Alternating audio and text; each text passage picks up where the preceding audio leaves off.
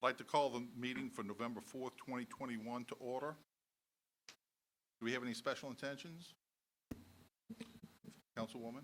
Yes, thank you, Council President. I would just like to ask for special intentions and prayers for former school board member Gene Katsanis, who also happens to be my father. Last week, he had a heart attack. He is doing well. He's back home, but he had to get a stint. And just prayers for my family and for him will be appreciated. Thank you. Councilman Brannigan? Deborah Shank, a constituent of mine, has had some really bad health issues. So if you could pray for her, that would be great. Thank you, Councilman. At this time, I'd ask that Mr. Dave Martinez from the Vineyard Church please lead us in prayer. Everybody will rise.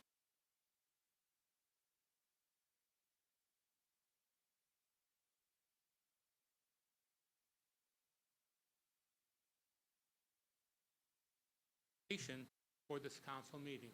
Let us pray. Heavenly Father, on behalf of all who are gathered here, we humbly and sincerely place ourselves in your hands, recognizing your sovereignty over all creation. We hearken back to the time after creation when you appointed mankind as the stewards of your good earth, and we prayerfully seek to fulfill that responsibility wisely this evening. We thank you for the many and abundant blessings that you've bestowed upon us. We are grateful for the gifts of life and health and the abilities and talents needed to conduct the people's business on your behalf. I pray for each council member and all city officials assembled here for this council meeting. I place this evening's agenda before you, Father, as a sacred task. I pray that you would graciously grant to the council the wisdom to govern with skill and courage as they address the issues and challenges facing the people of the city, the parish, our state, and our country. An awareness and understanding of the true needs of our people. A deep thirst for justice balanced by compassion. Discernment to know what is right and good. And the ability to work together in harmony, recognizing that there can be honest disagreement.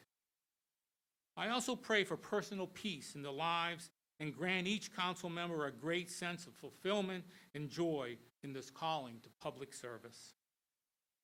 As we close this time of prayer, may the actions and decisions of the council today best reflect your will and bring benefit to those who call the city of Kenner home. In Jesus' name I pray. Amen. Amen. Thank you. Thank you for the wonderful prayer. And next, I'd like to ask Councilman Brennan if you lead us in the pledge. Pledge allegiance to the flag of the United States of America and to the republic for which it stands, one nation, under God, indivisible, with liberty and justice for all.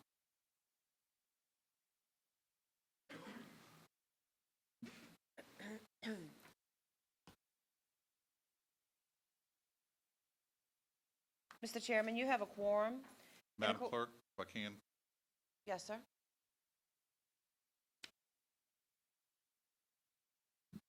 Today's, I'm asking that everyone who intends to speak at this meeting tonight to refrain from bringing up the email issue that was brought up at the last meeting.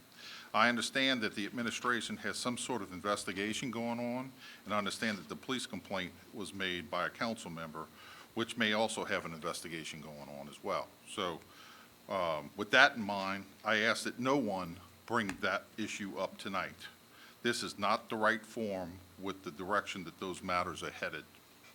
I also ask that no one state other person's names unless it's a complimentary fashion. Now, with that in mind, please, let's move on and do the people's business. Madam Clerk? Yes, sir. In accordance with Council Resolution Number B14550, please be advised that all cellular telephones and other devices of this nature must be deactivated or silenced throughout the council meeting. Do we have any resolutions, motions, or other items from the floor? Seeing none, under the consent agenda, we have item 1, approval of minutes, the regular council meeting of October 29, 2021. Item 2 is approval of alcoholic beverage permit applications. We have none. Item 3 is approval of bingo and public gathering applications. We have none. Item 4 is correspondence, reports from the mayor, CAO, or department heads. Item 4A, at the request of the administration, a report from Mayor Zahn. Mayor Zahn, you have the floor, sir. Thank you, Council President. My mayor comments tonight will be as promised. It'll be a report on where we are with buildings and other things with debris, anything with the aftermath of Ida. So we will start with Mr. Pitfield, then we'll go to Ms. Foshee, then we'll go to Adam Campo. We were going to do executive session first, but our attorney has just gotten off of his plane, and he is getting his bags. So as soon as he gets here, I think we should be finished, and maybe we can, if that's okay, we can go into, because it has to do with what we're going to talk about in the mayor's comments. Perfect. Just wanted to do the other thing first, but it's not going to work out that way. Thank you. So my comments are my staff, my executive staff giving some comments, and then if you're willing, we'll go into executive session. Yes, sir. Thank you. Good evening. Just a little update on where we are with our hurricane debris pickup. Give you those totals. Total vegetation as of about 20 minutes ago was 136,253 cubic yards of vegetative material, 79,870 cubic yards of construction and demolition material. Of that 136,000 vegetative debris so far, we have converted that to 30,157 cubic yards of wood waste. So you can see so far what we've been able to reduce from 136,000 to 30,000. We still have a little bit more to do, but that's good for us for our landfill. Ultimately, where our debris goes after this is that we're doing our part to reduce our vegetative material. They use those wood chips in the landfill for various things, such as a blanket cover for the sanitary, the garbage that's picked up, as well as it's used on the roadways for the trucks to traverse inside of the landfill. On the totals, again, today is day 62. Day 60, which we had promised as substantial completion, was on Tuesday. We met that goal actually over the weekend, this past weekend. Currently, we're calling 95%. Realistically, with the numbers that we have, with the number of households that we have, we're above 98%. But being a little conservative, we're going to stay at that 95 mark. We started at the last council meeting, which was last week. A little odd that we're here week to week, but we put out an email address for residents that maybe have debris that just came out, since now it's not an entire neighborhood, it's not an entire street, to help us get to it a little bit quicker, kind of like a little spot check. So again, Ida debris at kenner.la.us in the subject line, just please simply put your address. We're getting paragraphs, we're not reading it, we're looking at your address. We understand you have debris, all we want is your address. So Ida debris at kenner.la.us, send us your address. We are asking now that people take advantage of the weather that we have, being a little bit better, not as hot. Get your stuff out to the curb. Now's the time to do that. We're going to start our final push on Monday the 8th. We're hoping to have that final push done through the city by the 15th of this month. So now is absolutely the time to get your debris out to the curb for that collection. And that's all I got.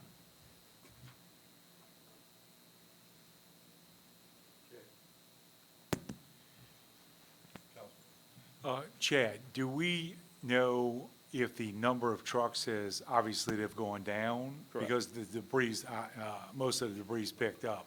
So, do we know how many trucks we have working in the city No, now? it varies. It depends on what we have. Depends on whether it's, we're devoting more trucks to the wood chips to get them out. So Right. it depends on what list we have for the day is the amount of trucks that are working. If the list is long, we'll have more trucks out on the street picking up. If the list isn't long, we're gonna have more trucks hauling to the landfill. Okay, and, do you have, okay, no, that's it. Thank you. Councilman Carroll? Thank you, Mr. President. Thank you, Mr. Pitfield. I must say, I think it's a good idea, the website, to have that, to be able to facilitate it, particularly for myself. We're in the oldest part of Kenner. A lot of the residents don't have email capability or computers, but between myself and my assistant Kelly, we are making a run through the city, identifying it. We and got a very good list from y'all today. I appreciate that. Exactly. So this is a great idea. I really like this. It will give us an opportunity to support more and to be able to support the citizens. And, each week we go, we're going to we're gonna be, subtracting it as it goes. So I look forward to this list being, to expediting Yes, sir. the situation. So thank you very much. Just to give you an idea, we had 179 emails that came in through Tuesday, and of that, 6 remain. So we had a list today of about 120 that went in. Those will be gone by tomorrow. Yeah, and the people seem to be real receptive of that. So thank you again. Yes, sir. Thank you, Mr. President. Councilman Segura, you have the floor, sir. Thank you, Council President. Chad, I hope you got my list today also, too. Yes, sir. Okay. Just a little sidebar on your statistics. You say 136,000 cubic yards. I noticed on one of the trucks. Thousand. Huh? 136,000. Right. Okay. And I noticed the other day on the trucks, they had a little placard that said I think it was like 65 cubic yards per truck. So just throw another number out there, that's 2,092 truckloads. It's a lot To give a of little debris. bit more on how many trucks have been going through the city to remove the trash. So, Yeah, it's been a process, I assure you. It's nothing like we've ever seen.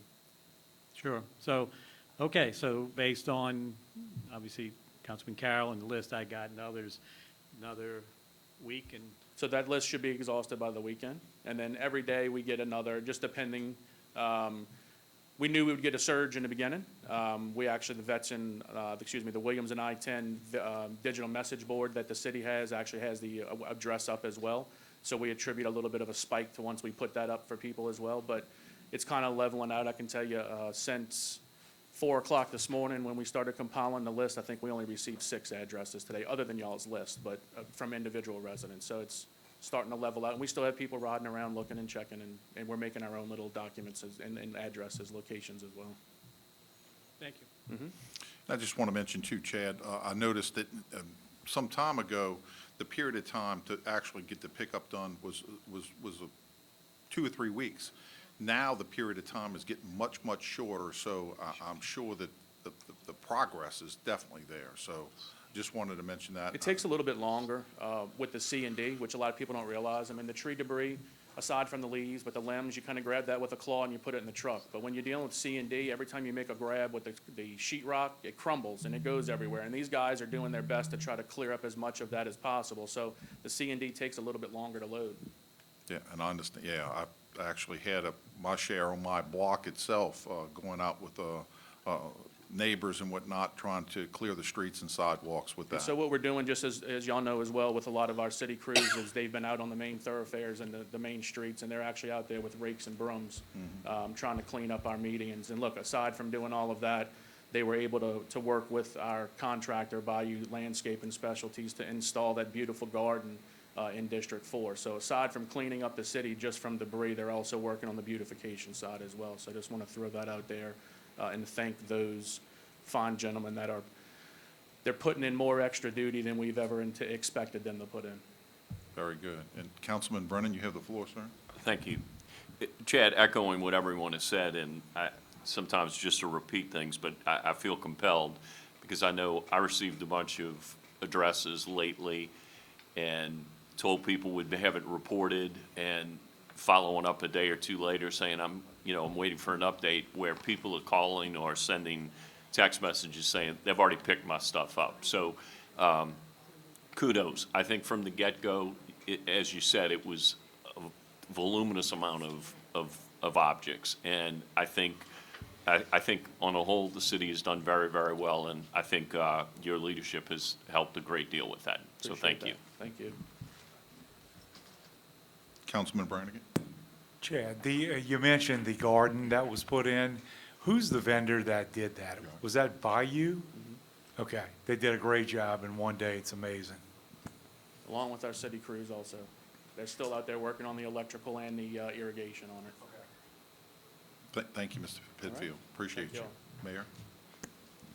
Before we go to Ms. Foshee, I do want to say thank you to the residents of the city of Kenner for cooperating and being as patient as they can be to get these things done, because Chad did say around 60 days. So we're basically there on that. We still have some loose ends that we're getting. I also want to thank each and every one of you all, because while we got a lot of calls from you, and sometimes the calls were a little upset, we do appreciate your patience, because we told y'all from the very beginning this would take close to 60 days, possibly 2.5 months. So my last thank you goes to Chad, because when he said that, he's pretty much right on the money. He's right there with his 2 months. We got probably, like he said, the weekend, maybe some special cases here and there. Look, I've been giving him some special cases lately because they missed something here and there, and they're getting it done. So I think one of you all said, it seems that I think it was you, Council President, that it's getting, the response time's getting shorter, which we all see that. So the residents are happy, y'all are happy, and this administration's happy, but I do appreciate the hard work of, look, the debris collector also, but for Chad overseeing that. With that said, Ms. Foshi's next.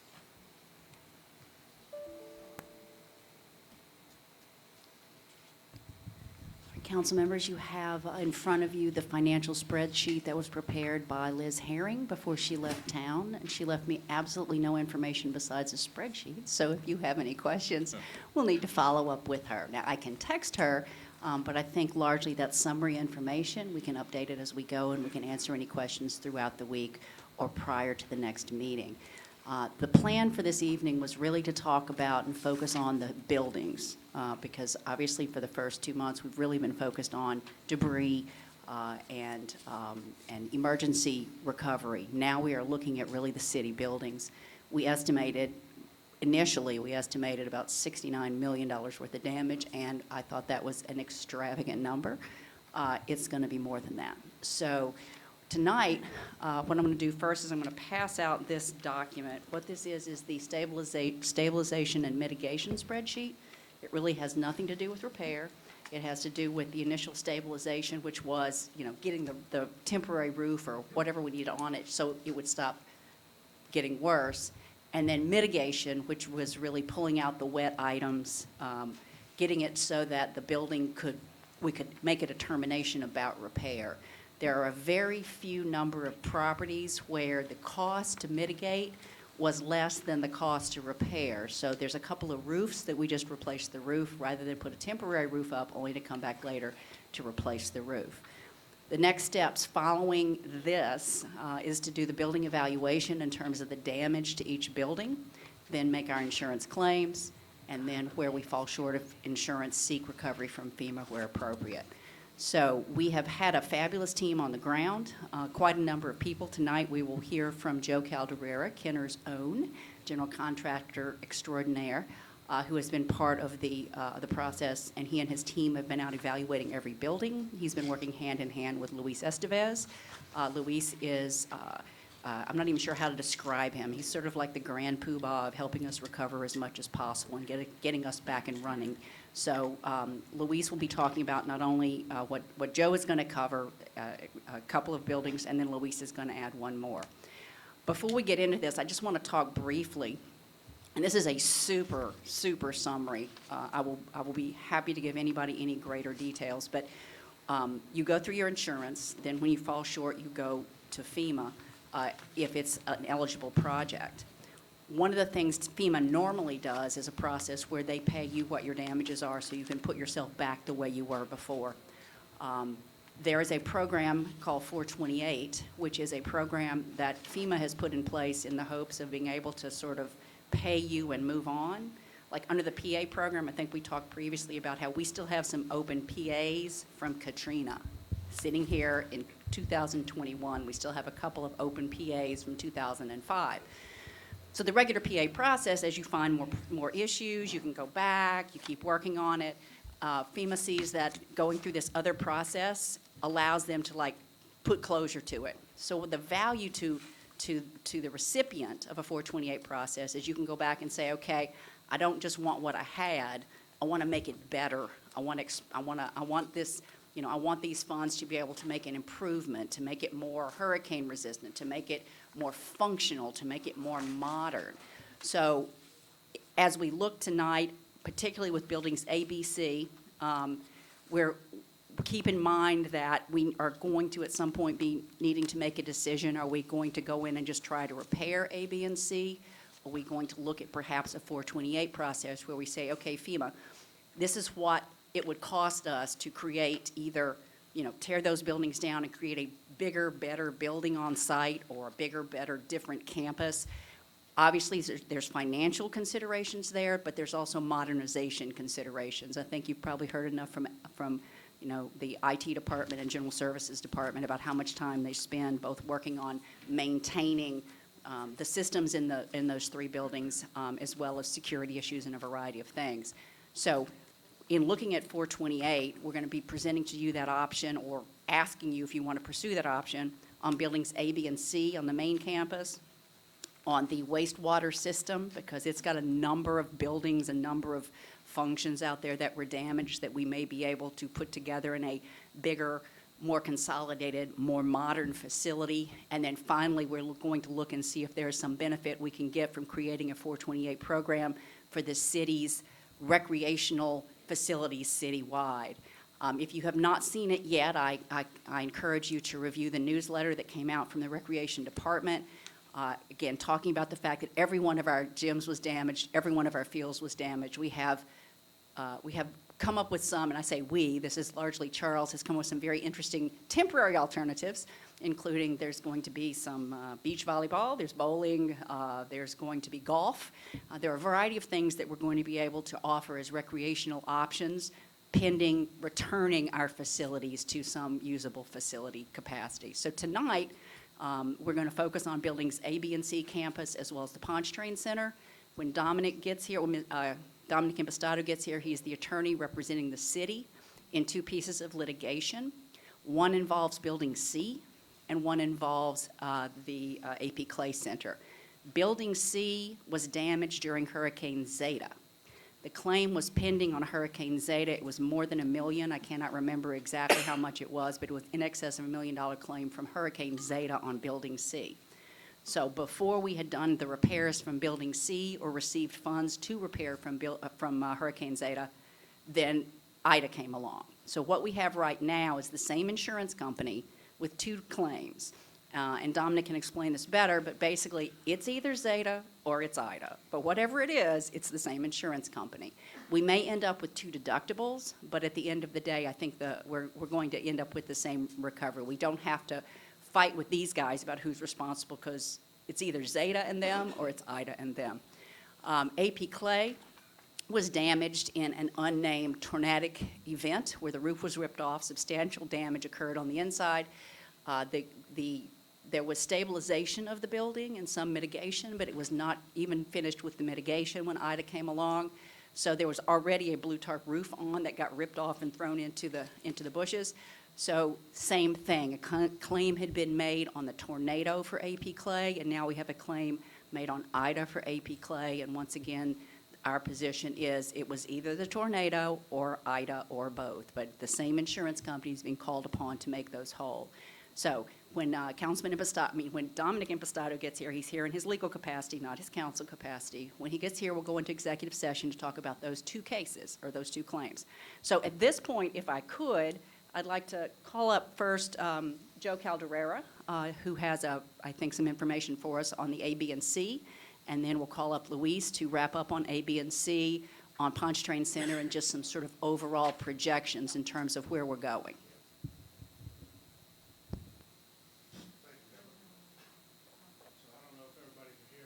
Take the mic off.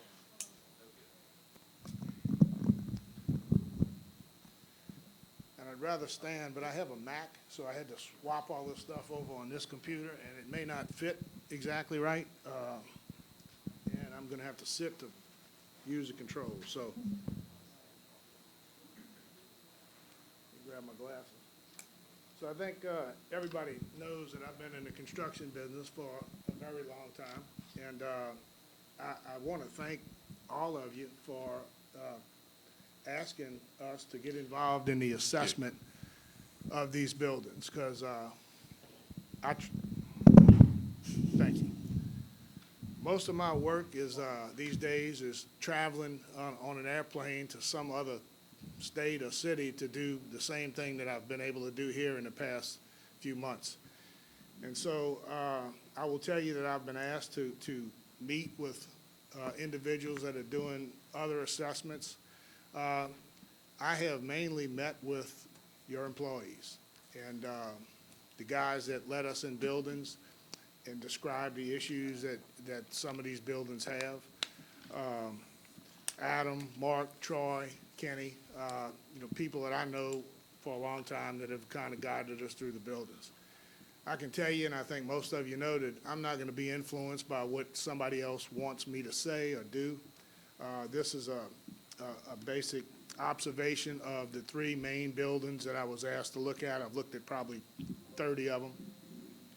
So I'm going to take you through a PowerPoint that shows you some cost, some evaluations of what should be done to those buildings. I will tell you that generally speaking, this overview is to use what you have and not go elsewhere. And I'm going to show you why. So basically, this is building assessments of buildings A, B, and C. And so we did a construction review, new construction or repair. And this is kind of crowded up there. I apologize. Like I said, it doesn't fit real well. My evaluation criteria involves, of course, cost, as well as schedule, how long it's going to take to do the work, as well as when you will start the work and why. So there's a difference in when you would start the work if you are going to do repairs versus doing new construction. Doing repairs, you have to start them sooner than later because you have to protect what you have. And some of that's been going on. The time of the work must begin involves manpower considerations and material cost in a volatile market. So if you start now, that's what you're faced with. And not only, I think some of these folks that are selling materials have figured out how to get around the complaint of how much stuff costs, because now people are just happy to get it. Don't care what it costs. It's just hard to get materials. So starting now would face that issue, material availability. Benefits of delaying the start of construction have to do with increased labor force and a better labor force. Right now, the labor force is diluted, just like the materials are hard to get. Labor is difficult to find skilled craftsmen. The degree of damage is important to determine what you do. Because it's water intrusion and a degree of water intrusion at some of these buildings is going to require some additional work to even keep the construction going in a repair versus replacement scenario. Contaminants and the viability of reuse and salvage materials comes into play. From an insurance perspective, the way these buildings are evaluated, you're evaluating a building based on what you can see and what you reasonably believe would have to be repaired or replaced. You can't speculate as to the unknowns. Insurers don't deal with that. They treat that as a supplemental if you find it. But supplementals create some issues as well, because supplementals are not known right at the beginning, meaning you'd have to stop, get approval, and it delay construction. And we all know what that does. Long-term benefits of a replacement scenario versus a repair scenario, you enhance the warranties. You got new materials. You reduce maintenance. So efficiency of systems. So all of these things are considerations which we're going to talk about a little more. So timing of the work. When must it begin? Manpower consideration, material costs. We've talked about that. If we do a repair, that has to be done now. You have to start now. Safety concerns. During a repair scenario, rather than demoing a building and starting over, you have to be concerned about how you approach that building from the standpoint of structural concerns for safety, as well as safety of employees that are working in that environment. Additional masks, additional PPE. Benefits and delaying the start of construction. As we said, it allows you to plan. It allows you to take a look at what you have and what you can do to reuse that location on 18th Street. That, in my opinion, is a central location to the city. I might be a little tainted in that regard. I grew up on Clay Street, 11th and Clay Street, so South Kenner is where I am from. It's all that Kenner was when I was growing up, unless you were raising cattle, like my uncles were doing back in the 50s. But, you know, I have a development in North Kenner, so I've made a considerable investment there. But 18th Street is a more central location than moving to this location or moving to a location that requires you to have to start from scratch. New construction can be timed to start after you plan for what you're going to do. And it also can help take advantage of some price advantages, hoping that prices are going to go down and that the labor availability is going to be better. So let's take a look at the repair versus a total rebuild cost at that location. So Building A comparison, and I don't know if you can see this very well, but Building A comparison is amount of repair is $4,196,000, which includes evaluations for percentage of supplemental that would be expected, so things you can't see that you might face, as well as some of the continuing costs that you have to incur during a repair scenario. If you look at the total rebuild cost, and this is a rebuild cost that we presented about a year ago. The price is relatively steadfast from what we presented then, but these are numbers that contemplate a building with code upgrades and some improvements to what you have now. So the comparative evaluation shows that it's 104%. Repair cost is 104% of replacement costs in Building A. And the reason for that is there's some abatement that has to go on in Building A regarding asbestos, lead paint, and some building materials that are going to be more costly to abate and dispose of than in a normal demolition. So we've used 30% of the repair cost to establish that figure. The recommendation to that building is to rebuild it in its location, but perhaps not the way it's situated now. And I'll show you some ideas about that. Building B comparison. So Building B, similar circumstance, not as bad, but it's about 95% of the repair to rebuild cost. Again, recommendation when you have that kind of slanted percentage is to replace that building in its location. Now, this would be a square foot to square foot exact comparison, which you may wish to reconfigure, which I think could also afford you some pricing advantages by consolidating buildings. Building C cost comparison. First and foremost, we could not get into the bank because of security reasons, so that is we didn't prepare a repair cost for that, but the rebuild cost was about $1.3 million. Not considered in the evaluation I did today. I'm comparing an apples to apples comparison of the main building. So that's $4,425,000. That's compared to $5.2 million. The difference there is about 85%. I believe that you have to deal with a master plan evaluation to determine if you're going to replace all the buildings on the campus to tie it all into one general use facility that enables you to expand your services. So repair cost considerations, repair costs are based on just visual observations, as I told you. It's per insurance guidelines, that's the way you do it. They don't pay for hidden or latent damages. Hidden damages later discovered result in supplementals. And supplemental estimates would require approvals. So we all know what happens when change orders come. I know pretty well about that. So having dealt with a project that had 542 plan changes, I know what change orders are. So every time there's a change order in decision or the decision-making process to deal with the change order or deal with a supplemental estimate, even if an insurance company is paying for it, takes time and causes a project to stall. It requires approval and review. Creates delays in proceeding with planned work. The cost for safety, continuing mitigation. We hear building stabilization and building hardening and all these different fancy terms. What that's about is when you rebuild a building with materials of this day and age, you're going to be able to take advantage of more sophisticated materials, better materials, materials that are going to last longer and provide better finishes. Partial code upgrades are included in a repair estimate because certain code upgrades you can't take advantage of unless you get into a total replacement where you can implement them. Selective demolition is necessary to preserve portions of non-damaged work. Unlike in a total replacement where you can tear a whole building down, you can do it pretty efficiently. Selective demolition to enable you to proceed with work is necessary. It's more costly.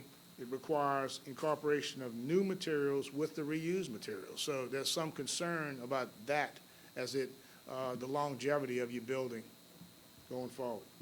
Like, kind, and quality might not always be achieved. You might see a little slightly different finishes on certain walls if you start to repair just pieces and parts of a building. Work staged to accommodate repair.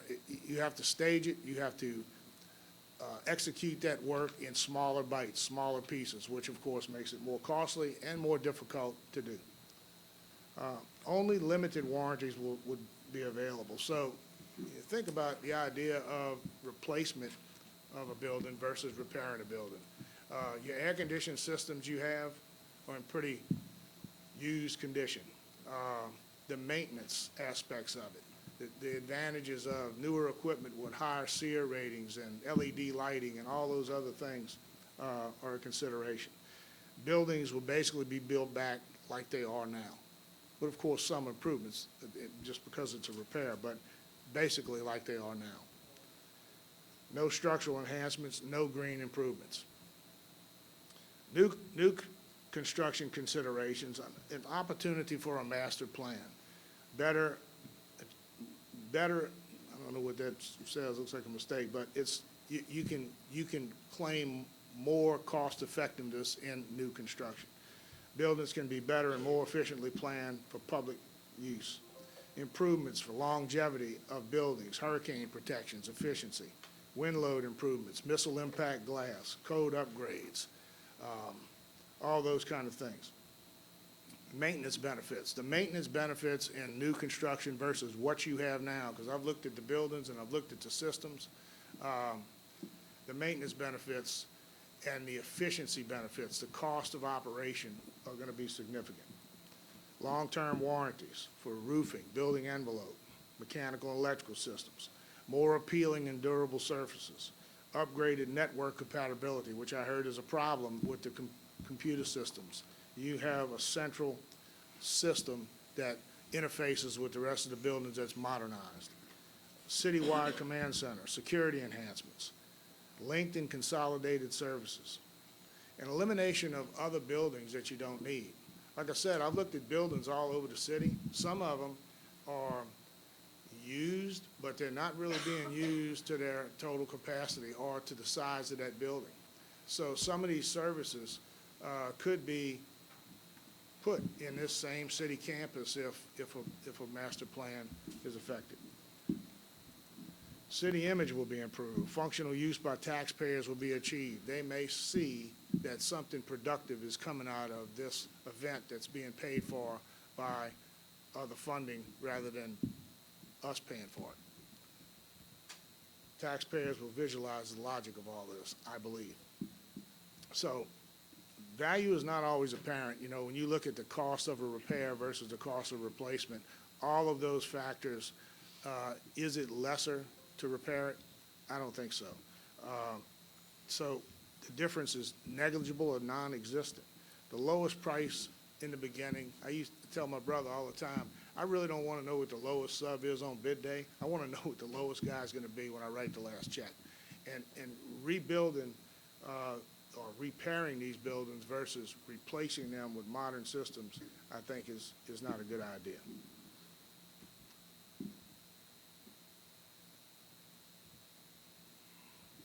So relocation of services, which is going on right now. We had over 3 feet of water in our main office in LaPlace. We have another office in Kenner.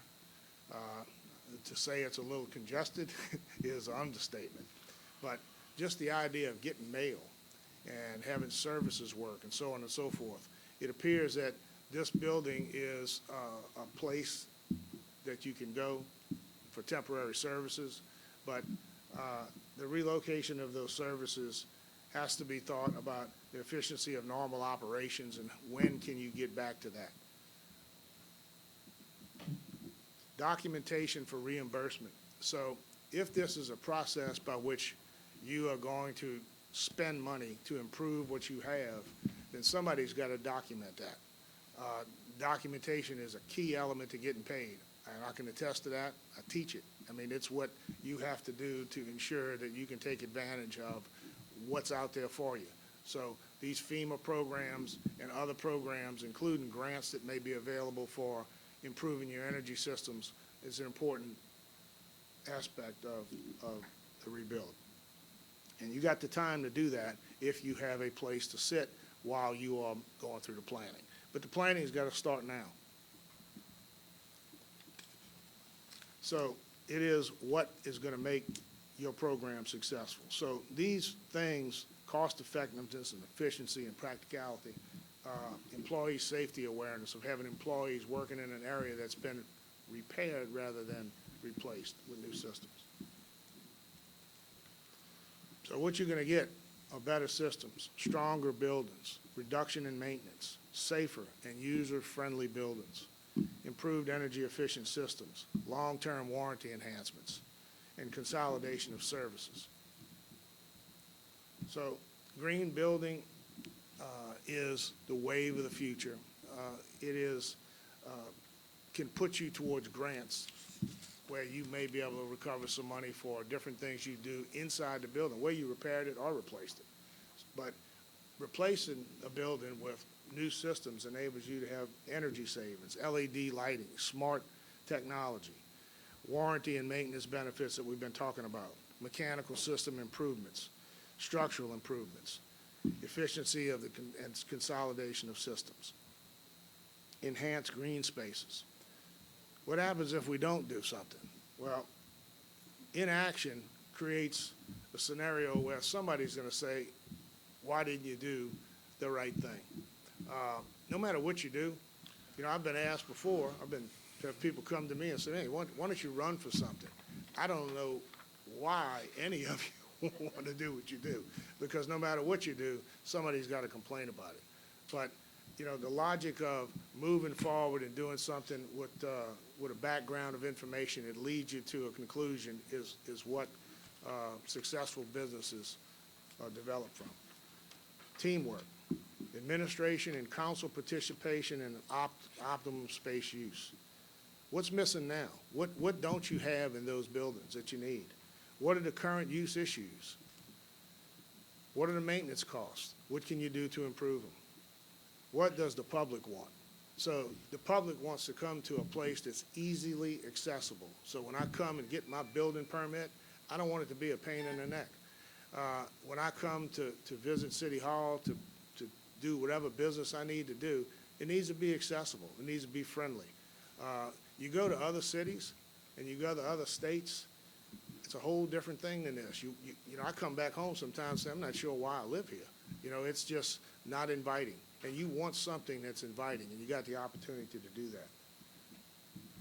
Plan for complete campus delivery. So the progression of ideas is to create a flow of city services where you can go into a place and do all you have to do without searching for it. And I have some just basic preliminary ideas about what you could have on 18th Street.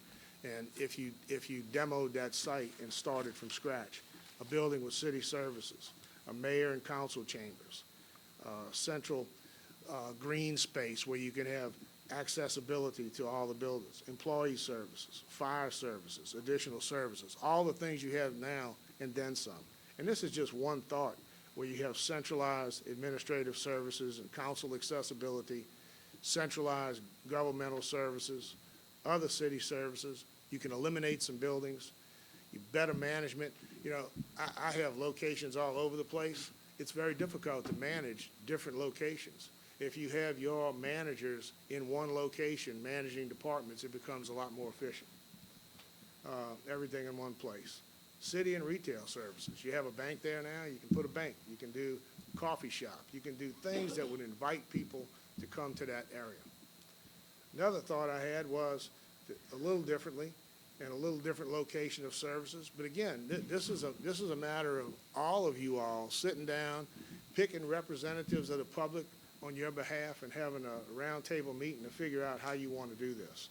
But again, all those same things you see. Fire truck, as it goes into that fire station, can come in from behind. It doesn't back in. Take advantage of the park that you have there now. Have an additional green area at the entrance of the place, and different things like that. and I won't take up your time. I'll put the fire station on a little bit of a diagonal so you can have a little easier access into it. But all those same things where parks and green spaces. So it's an opportunity to renew Kenner. You're going to get some funding assistance if you do it right. And you got to create a master plan. Put your ideas, concepts, get into design and planning, redefine concept and design, and you know what you got to do when you put together a master plan. So everybody ought to sit at a table and try to figure out what you want to do to recovery. Timeline, so council input, administrative input, public representation. From that discussion of a program, an owner's program, you come up with a conceptual plan, a refined scope, a budget, and balance the budget with the idea. It's going to take a few steps to the drawing board, design process, and construction. So, in recap, repair values compared to new construction values. The difference will be consumed with hidden issues. Repair warrants prompt start for construction, while necessary to mitigate further damage, while new construction allows you the opportunity to plan. Enables timing based on price reductions, allows better labor prices, betterments will be achieved, more efficient systems, longevity due to better systems and warranties, opportunity for funding assistance. So that's all I got. If you got any questions, I'm happy. Councilman Hayes? Yes, sir. Could we get copies of your presentation? Some of the material was hard to read. Yes, sir. And I apologize for that. Like I said, it's a different computer. This is your computer, so that's why it's a little harder to read than mine. So it's already on there. Yes, sir. I wanted to thank you for the presentation. It's very enlightening. Thank you. Thank you. Councilman Segura, you have a question? Thank you, Joe. That was, very informational presentation, and I understand the repair versus build.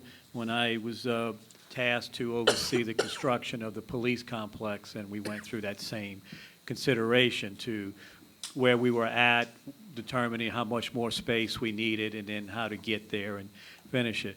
Now, at that site where we're at now, 1801, do you know if there's any height restrictions with the airport? Because I know we have a 4-story building, but could we go higher there? That I don't know. Okay. I think that you're probably going to be, I think you can actually go 6 stories, but I'm not sure if they will allow you at that site.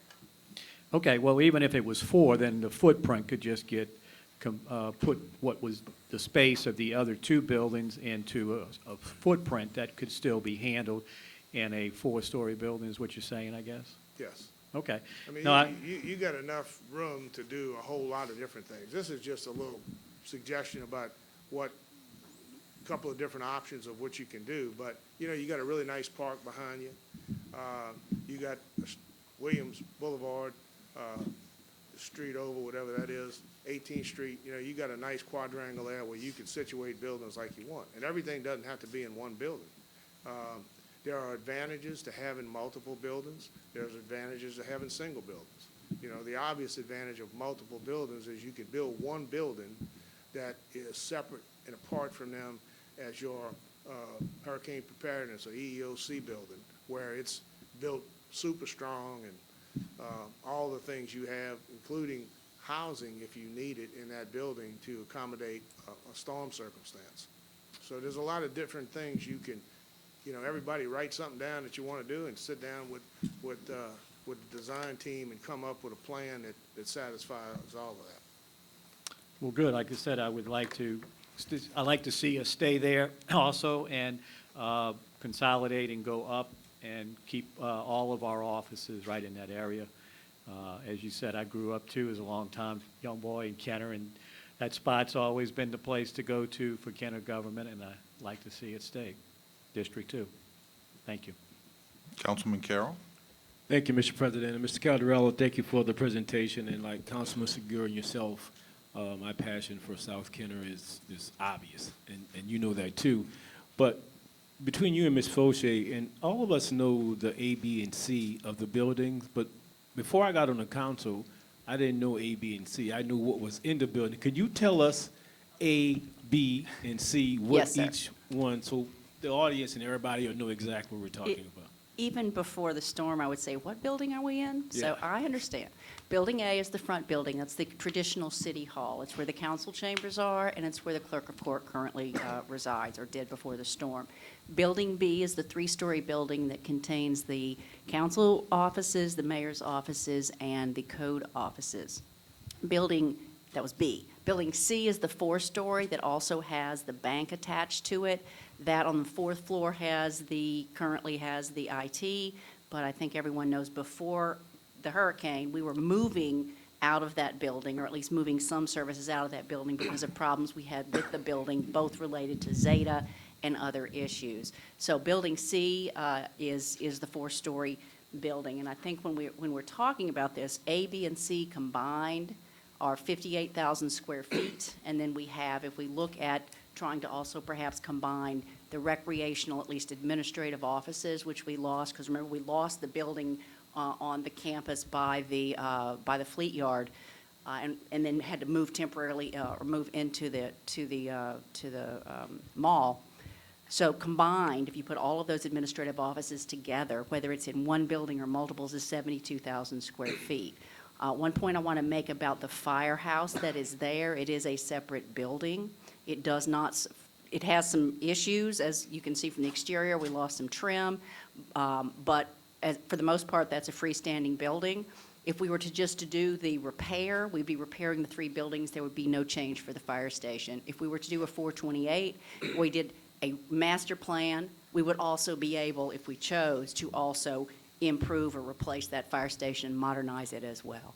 So the point of this, and Luis is going to come up as well because he has information on the insurance claims and what we're covered for and what the damage exceeds the amounts that we have under insurance and that sort of thing. But what we would need to do, at least at the initial juncture, is make the initial decision. Are we going to try to repair what we have, or are we going to tear it down and try to do something new?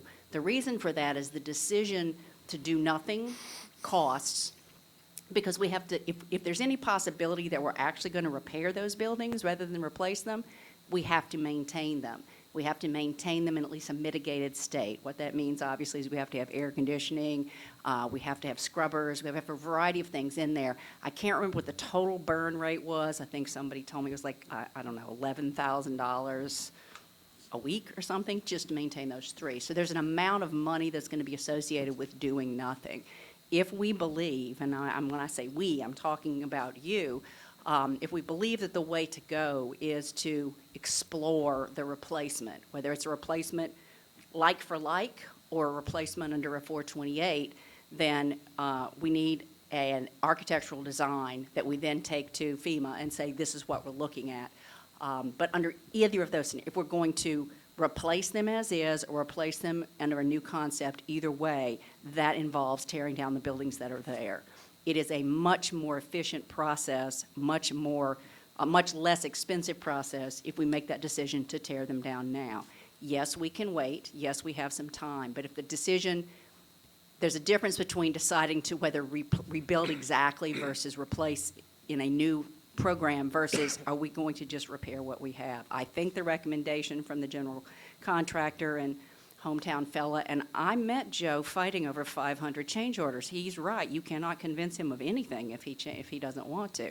So that's the recommendation of an expert, is that we replace what we have. We can replace it in either fashion. I know there has been some nostalgia. I've heard, I want to get back to the council chambers.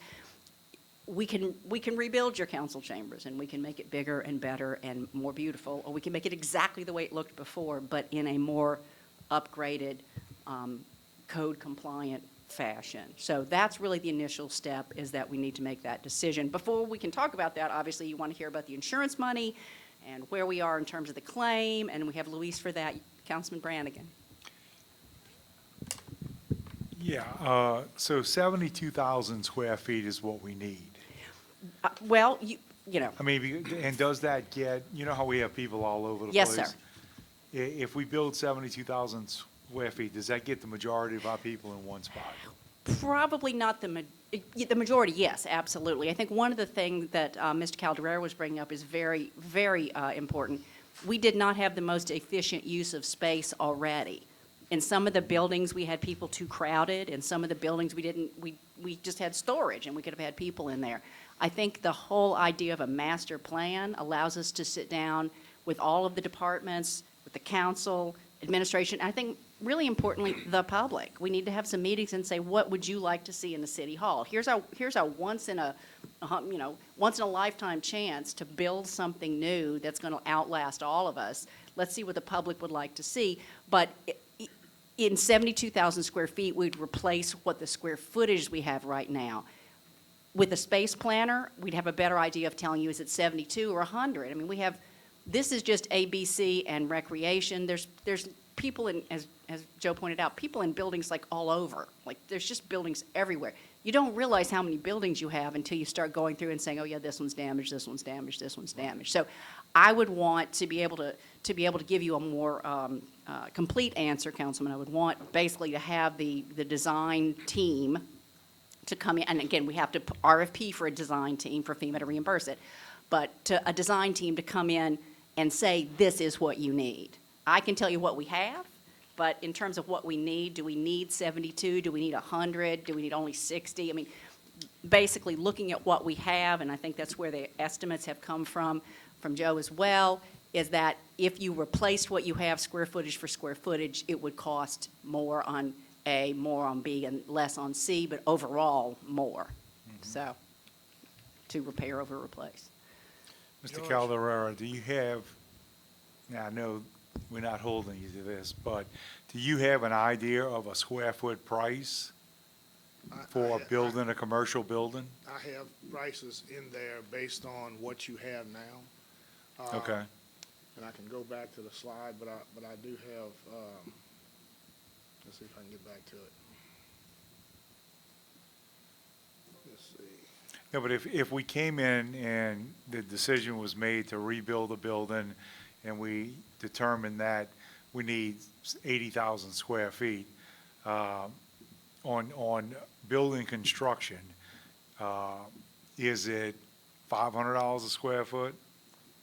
So what we have building A, the kind of construction that it is there now, Uh-huh. building A is $276 a square foot. That includes foundation work. So you Okay. got a different kind of foundation in South Canada than you do in North Canada, obviously. Right. Using a fancy geotechnical term, the ground in South Canada is hard as woodpecker lips. And the ground in North Canada, you can hit a pile in one time and it goes out of sight. So you're going to have different opportunities for foundations in South Canada than you have in North Canada. The fire station, for instance, in Building A, is $206 a square foot, obviously because it doesn't have the finishes and doesn't have the detail that the council chambers would have. So those are new construction prices. The repair prices, when you look at the repair price of this building, including what you got to do to continually maintain it and implement the safety that you need to redo and selective demolition and all that, exceeds that amount. When you get to Building B, and you all will get all these, there's a cost of about $296 a square foot for those also. Now, those costs are based on what you have and building back what you have with better systems, obviously, because they're going to be new equipment. But one thing that you think about, I remember, when I was going to LSU and we took computer class and we had Fortran or whatever they called it, and the computers were as big as that wall, right? Now that same computer's as big as this. So there's different use needs in new buildings than you had back then when those buildings were developed. So these bigger pieces of equipment are now been reduced to smaller pieces of equipment. A lot of things have gone digital, so you don't need the paper storage that you had before. And those kind of considerations into a design, how many people you need to function as opposed to what you did have, are going to create some benefits to space. So when you design 72,000 square feet back then, probably converts to 50,000 square feet or 60,000 square feet today. the benefit of doing this on this one location is that the area that you have there, you can implement some other buildings like community development or whatever you decide that should go on that one spot. Yeah, so if you're looking at building 72,000 square feet at 300 a foot, that's $21 million. The thing I like about the 1801 location is the elevation, because I know that from the river to the lake, it drops about 14 feet in elevation. That's correct. And so that, and I'm sure that's why the EOC is where the EOC is, because it's 14 feet higher than the lake. So that, I'd like to see, I think building a new building, optimizing the square footage and making sure we don't have people in big offices and people in not large enough offices. I think it gives us a golden opportunity if that $21 million, $25 million nut can be met, you know, so. Thank you for your presentation. I think with the funding opportunities you have, there's another thing as well. So the comparison we have here, dollar for dollar, repair versus replacement, is pretty close, as you can see. But another thing that you got to factor into it is this. Every building that's damaged elsewhere has some value to repair it that is going to be, you'll have some entitlement to those funds. If you took that building and put those services in this building, those funds can be contributed to this site as well.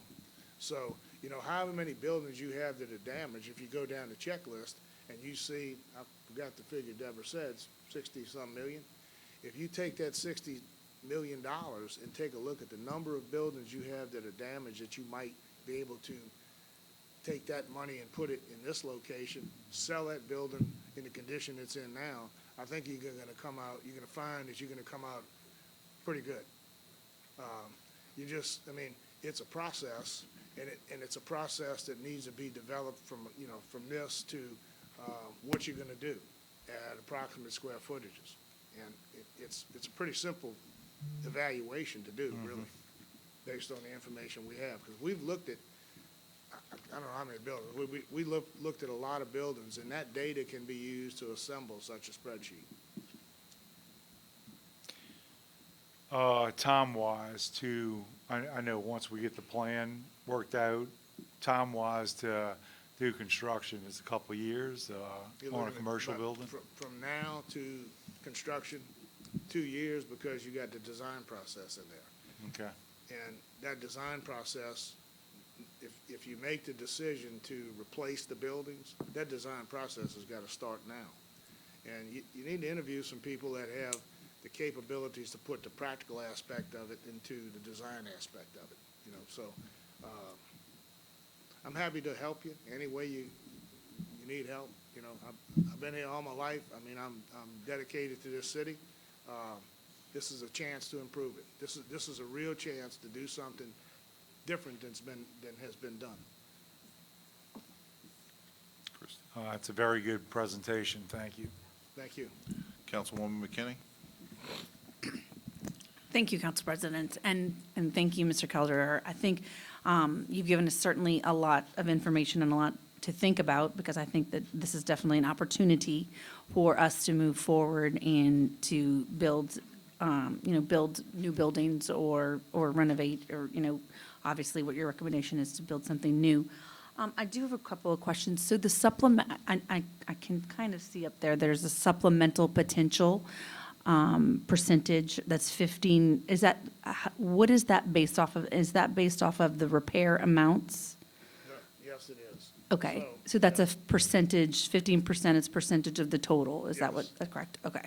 I work as a building consultant for a lot of different insurers, and you look at the first rough order of magnitude a contractor might present, and I mean, I look at all contractors from, number 5 in the world to the little guys. You look at a kind of a cross-section of insurance work that comes in where you get a rough order of magnitude going into a claim based on the observations, and then they start tearing a wall open and they find something different. Okay. those percentages can go anywhere from 5% to 25%. But based on my observation of these buildings, I think 15%, 10 to 15% surely is something I would consider.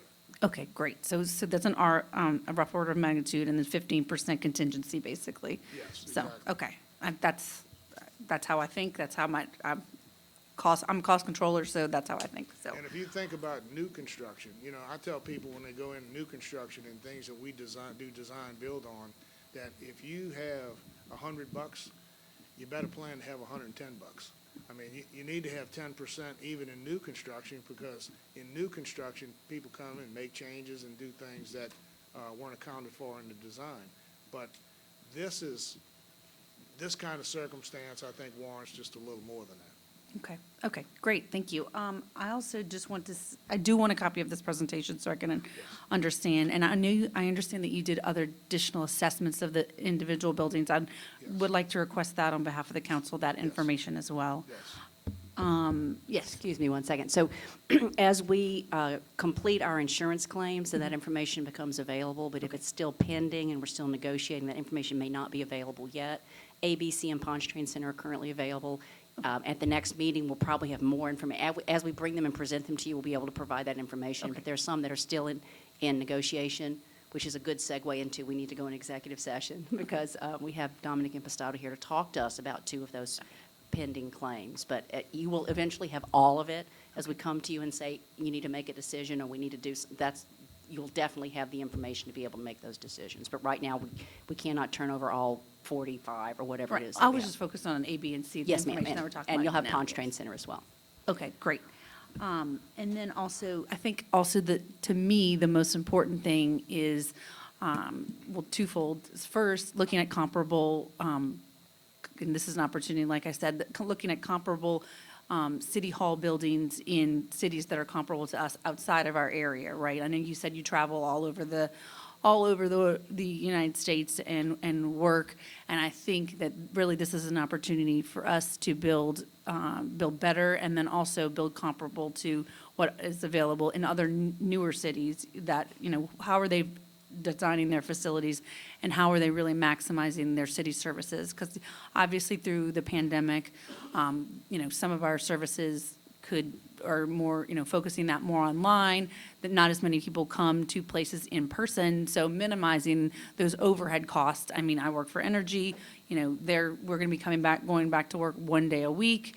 Do we really need to have the nicest quality or that, maximize those facilities if people are only going to be in them on, in a minimum amount of time, right? So I think this is an opportunity to think smart and also to use technology to maximize what the city does and really come into the 21st century as a city, because I think that, but also balance that with what we have, because there is a lot of history in those buildings. There are a lot of halls that were built and, memorabilia that is recognizing people who built this city and made it the city that it is. We don't want to forget that. So I think balancing that and making sure that we ensure that the history is balanced with what we can do in the future and in the 21st century is really important. So I think as a council and as administration, that's something we should really focus on. So thank you for your Agree. inputs. And there's 2 things also I'll throw out to you as well that during the process. So if you look at the buildings that you, or the services that you need to provide the quickest, and you want them on that campus, there's an opportunity, number one, to do phased construction where you can do a certain group of buildings sooner than you do the entire campus. That might expedite the process.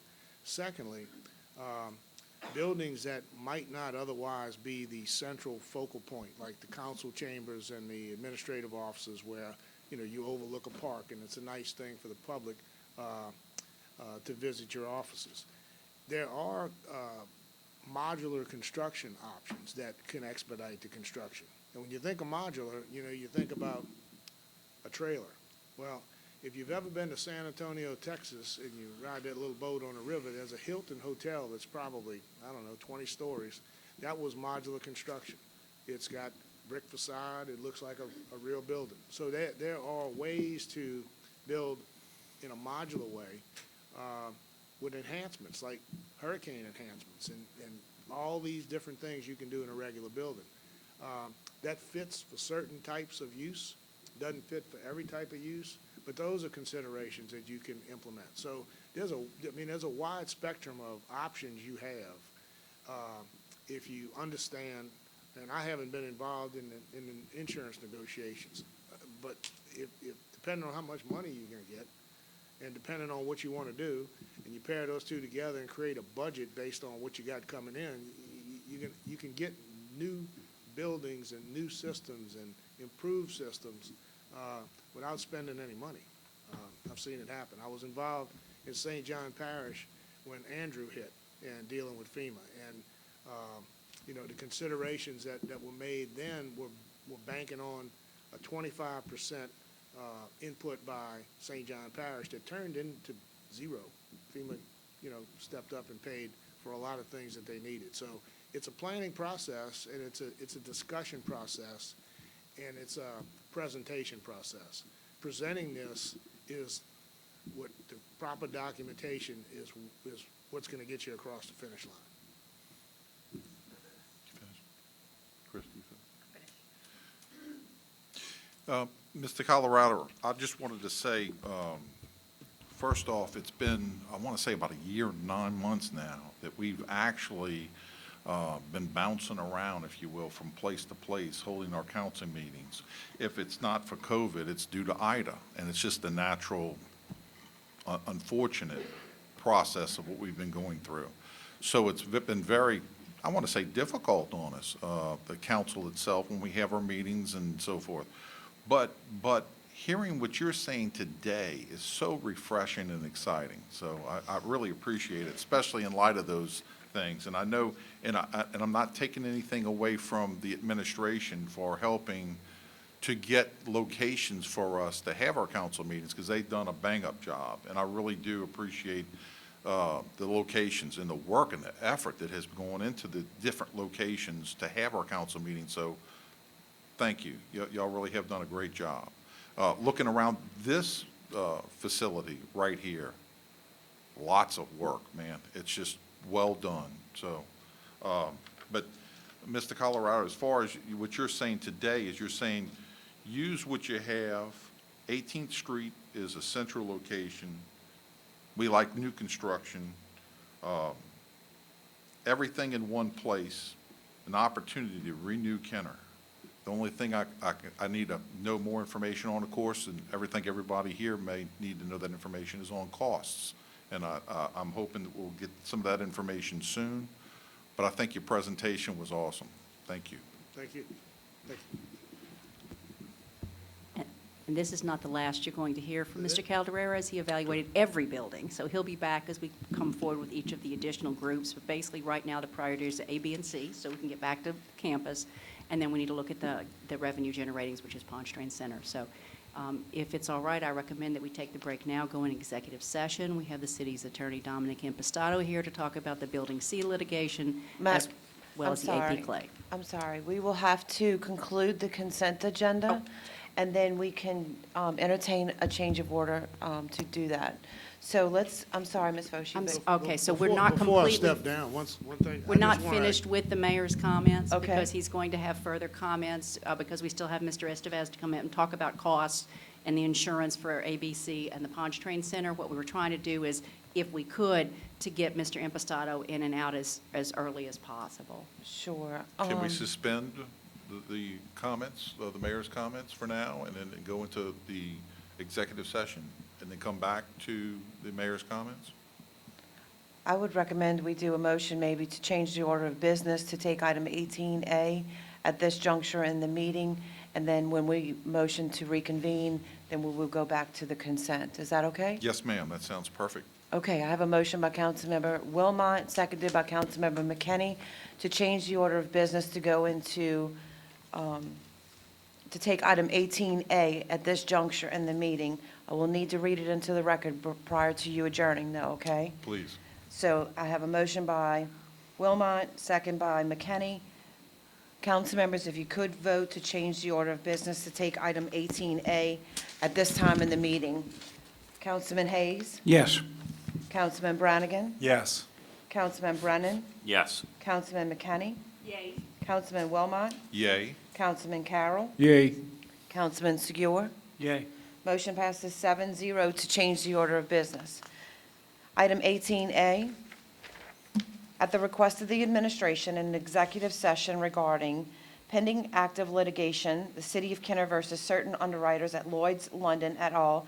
Regarding hurricane loss and recovery at 1801 Williams Boulevard, Building C, Kenner, Louisiana 70062, and litigation regarding windstorm loss and recovery regarding AP Clay Community Resource Center at 200 Decatur Street, Kenner, Louisiana 70062, settlement check and offer sent. I have a motion by Councilmember Wilmot, seconded by Councilmember McKenney, to go into adjourn into executive session. Council members, please vote. Councilman Brannigan? Yes. Councilman Brennan? Yes. Councilman McKenney? Yes. Councilman Wilmot? Yeah. Yes. Councilman Carroll? Yay. Councilman Segura? Yay. Councilman Hayes? Yes. Motion passes 7-0. Madam Clerk, just to clarify, you said adjourn, or is it to take a recess? I believe the term is adjourn into executive session. Okay. Thank you, ma'am. You're welcome. Before I step down, I just want to tell you, thank all of you for the work. I appreciate it. Yeah, we are going to go into executive session at this time, and we will continue our meeting afterward. So as of right now, we're adjourned.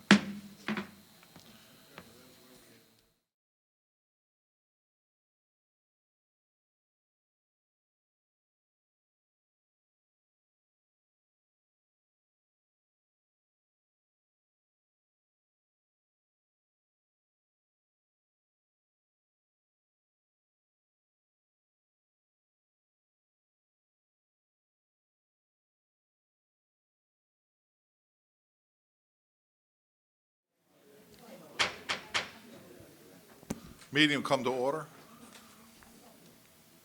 Mayor, I believe we were in a presentation that y'all were providing. Yes, I'm giving it back to Deborah Foshee, who had it last. Thank you. Mr. Chairman, Yes, ma'am. if I could get a motion from Councilmember Wilmot, seconded by Councilmember McKenney, to reconvene from executive session.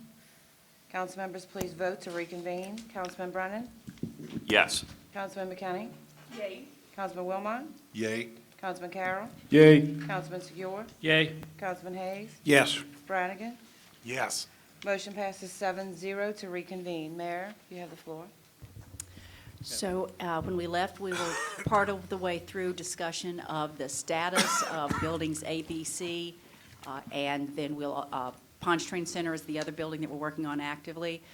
We have Luis Estevez, who you met briefly before, who is with Adjusters International. He's going to give us some of the financial information pertaining to those buildings as well as Pontchartrain Center.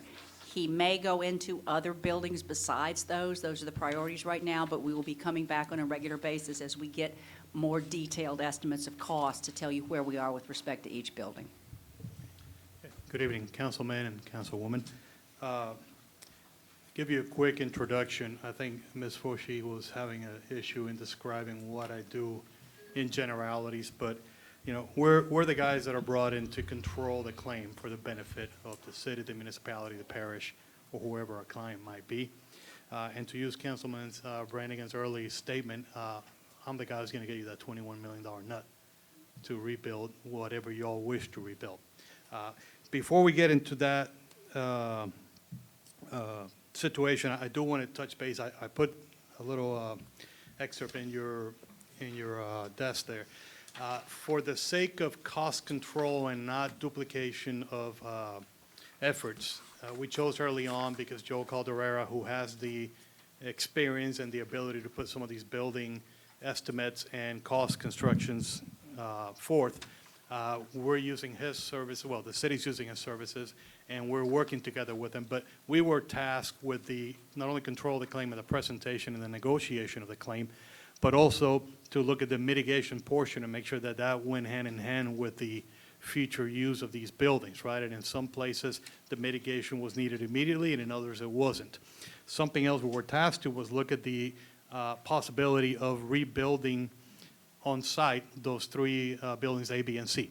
Part of the challenge is that once you choose to remodel, I'm going to, instead of rebuild brand new, remodel what's on there, you have to continue to stabilize those buildings.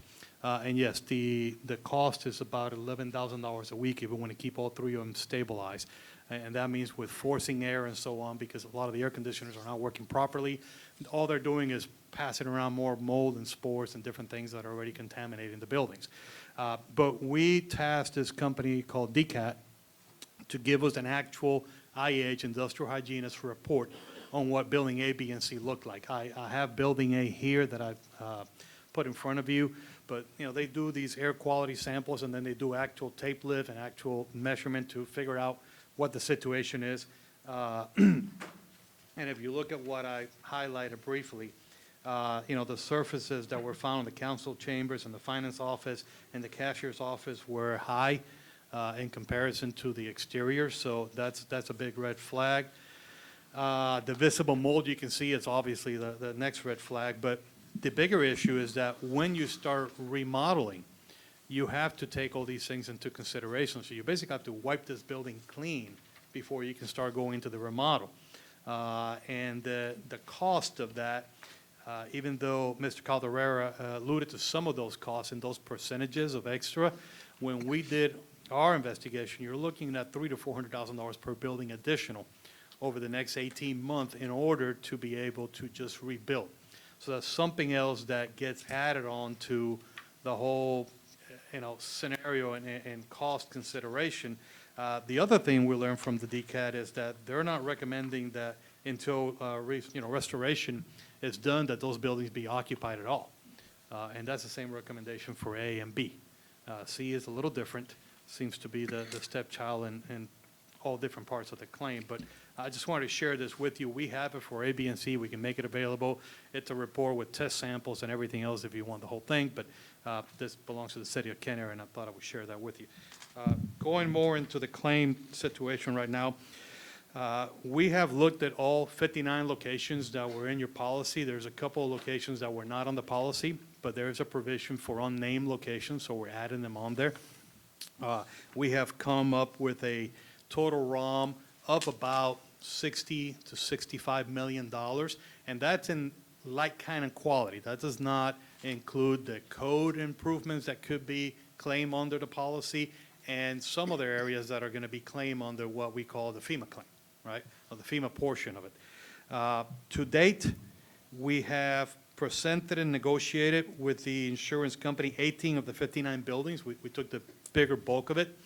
The amount we presented in those estimates, and actually I say 18, but 2 of them we haven't presented yet, so 16, was $23,380,000 in change.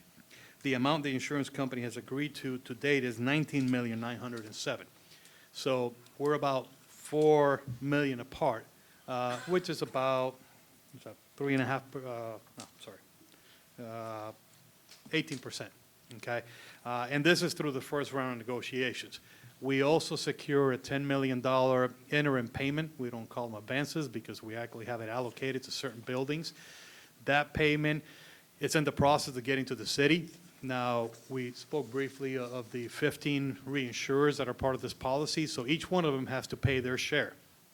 And because they're non-admitted carriers, the rules are a little different for them in the timing. So usually you're looking about 45 to 60 days from the time that these first agreements were made. We're coming up in around 45 to 50 days, which is why our expectation and the carrier's expectation is that that funding will be here shortly. The next round of settlement meetings with the carrier, and this is where we get them all day in a room and we don't let them out or feed them or give them any water until they actually agree, but well, I should have said that in public, should I? But the next round is scheduled for the 16th with another field meetings on the 9th. We're constantly out there in the field with them, but as specific questions come in of whether we're going to replace a whole roof or partial or different things like that. And it is our expectation that we will come out of that meeting with another substantial amount of money, present it to the carrier, and have that funding come in before the end of the year, okay? So it's moving fairly quick, and having been involved from the beginning has helped because we've been able to control how the claim gets presented and how it goes along. These numbers that I just mentioned to you do not include Building C for different reasons that I'm not going to discuss now, but Building A and B, in essence, have been already agreed to at policy limits. Now the question is how we shape the presentation in order for the FEMA side to be able to maximize funding, okay? And that's important because certain things are not covered by FEMA. So that's what we want in the insurance presentation, okay? When Joe was speaking about documentation, I keep saying it over, well, that's a lot of what we do. We make sure the documentation comes out right from the beginning. Just because we reach policy limits in that one particular building or two doesn't mean that we say, okay, we'll write us a check and we're done. We got to make sure that the documentation fits the best case scenario for the city moving forward. The Pontchartrain Center was a very, very urgent matter, so we went ahead and got agreements on the mitigation cost to date. Those agreements are around $4 million from the company. We think it's going to cost more like 4.9 for the mitigation, but that's fluid. Every day it kind of changes, and wherever we can find savings, we're pressing the contractor to apply those savings. It's not about, in that case, maximizing the claim. It's about getting your building back up and running as soon as possible. We know there's a lot of things that are happening in the holidays and so on, and I think the goal and the timing, it's still November 19th, Deborah, somewhere around there. They're going to deliver the building back to us. Now, that won't be a rebuilt Pontchartrain Center. It will be a usable Pontchartrain Center. So some of the trade-offs that we've made is that what we call mitigation, which you normally think about removal of everything and drying it and just leaving a shell so the contractor that's going to rebuild comes behind, we've added the step of putting temporary paneling or something like, not as nice as this, but so it can be used, right? And there will be completely clean. There was going to be no any mold, none of that, all the air clearance and everything passed on. The roof will be dried in. So it won't be a new roof, but there won't be any water coming in, and so on and so forth, okay? The actual cost of rebuild on the Pontchartrain Center, it's around $10 million. And the insurance company has so far agreed with us pretty much. We're still arguing a little bit about the roof, but I think after the last round this past week, they've seen it our way. And that's a special condition where, we're going to have funds available to replace the roof. Whether y'all choose to do that and go after the recoverable depreciation or recover the roof or put a second layer, there's options to do that, right? And some of those options take away the FEMA money and some keep it back in place if we were to go above and beyond. So it's a little more complicated than I can get into detail here. But as I mentioned before, and Councilman Impostado said, we're available to talk directly because these are still ongoing negotiations. I will mention that the 428 program available, I've lived through it in Puerto Rico, where it's the first place that it was instituted back in 2017. They've done it in a few other places. It's a way for FEMA to cut the tail end of all these presentations and then what they call the closeout and the audit and so on. It is a good program, but it requires the applicant to be ready to present everything that they want for that particular building, okay? So if you don't put it in there at the front and they approve it, that's it, you're done. And not every building can be done that way, but I believe there's a lot of benefits to using that program, okay? So even though I'm not directly leading the FEMA charge, we're working together with Deloitte and GOSEP and the state representative and so on. But we are working as a team to try to see how we can take advantage of those. And in there, you can have what Mr. Calderara talked about with bettering the building and hardening the building and making it storm resistant. And I got to tell you something, out of the 59 buildings you all have, 59 of them had hurricane damage. Okay, there wasn't any that was spare. So that's a concern in the future moving forward. How can some of these buildings be hardened so we don't go through this again? And FEMA will pay for that to avoid the constant, damage. We talked about St. Bernard. We handled their Zeta claim. We worked with them back during Hurricane Katrina. We're working with them again now during Hurricane Ida. And a lot of the hardening that they did with the fire stations, police, and so on was because of that forward thinking. So I will close and then open for questions of saying, like, well, I've been doing this for 30 years. The last 10, I've been in a position to influence how a lot of cities and counties, states, and even some countries can come back better and stronger, not just through the use of insurance funding, but other funding availability as FEMA and different grants and programs.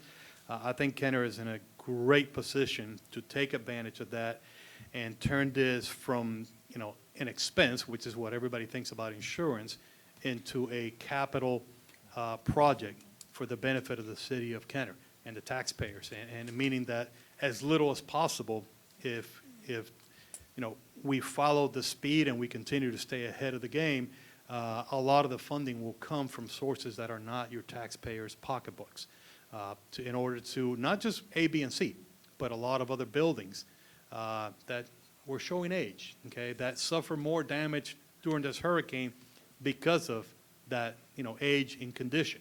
And some of them were very well maintained, but they're still old. So, and I will continue to urge everybody that talks to me in the city of Kenner to, look at the future and take advantage of this situation. And I don't mean that in a negative way, but, make best use of the funding and the programs that are available. And when you start with a pretty hefty insurance payment, that's a little easier to do than going to request something with zero, right? So I always say from chaos comes opportunity. I preach that to my own people. I tell it to my own kids, and I tell it to my clients. So look at how we can benefit from this together by, creating a better city infrastructure. And part of what Mr. Caldera put together tonight, it's the first time I've seen it, but it makes a lot of sense to put all those city services in one location that's is central already, and it's a lot more accessible to your people, to your, to the citizens of Kenner, and it'll be a lot more cost-effective to manage as well in the future. So that budget, that you have every year will have better uses by not, by cutting through some of the waste. So that's a big factor that, even though he mentioned it, but you really can't quantify it until you start looking at city planning and big picture. Questions? Any questions? I have a question. Councilman Carroll. Thank you, Mr. President. Mr. Estevez, thank you for coming today. We appreciate the conversation in executive session and also your experience that you've been working on for the past 30 years that the city of Kenner and the constituents can have confidence in. Just for a little bit of clarity for myself, we had insured 59 buildings. There were 6 more who wasn't on the list, which brought us to the 65 in total that we are able to, will be able to become, better with. Those extra 6 will be part of the overall job that you guys are working on to be able to help. That's correct. The difference is that the 59 have a specific building limit each, and the other 6 have to share a common limit that's called the unallocated building limit, which I believe is about $1 million in your policy. Well, I'm glad it's only 6 and not 26 or 36, Yeah, well. that's for sure. And you did say that of the 65, 16 of the buildings we have been made whole. Agreed, or you did not say? No, I wouldn't use the word made whole yet. I said we've negotiated payments on them, okay, and agreements between the adjusters, but these are still preliminary because I'll give Okay. you an example. Where we have a building that we know exactly what needs to happen on it, which means the mitigation is already done, and there's going to be an RFP for rebuild at some point in the future, which has to go through FEMA for procurement purposes, right? So your deductible can be paid back and met. So that's very important because deductibles are 5%. They're huge. Once that happens, okay, and the rebuild starts, as long as there's still money inside that limit for that particular building, we can go back and find those hidden costs and things like that. But for the most part, we already know what that's going to cost. Now, you look at Building A, where we've reached policy limits, and yes, the insurance company wants to pay it and take it off its slab and say, we're giving you the most we can give you, even though the costs are going to supersede that insurance limit. And part of the things that we're looking at on Building A is say, hey, rather do we want to continue to stabilize? Do we want to continue to mitigate to an astronomical cost of about $1 million just to mitigate, or do we want to rebuild? Well, that decision hasn't been made. It doesn't have to be made in front of the insurance company, because in those, we've met our limit. But while the limits, individual limits of each building have not been met, that negotiation stays open.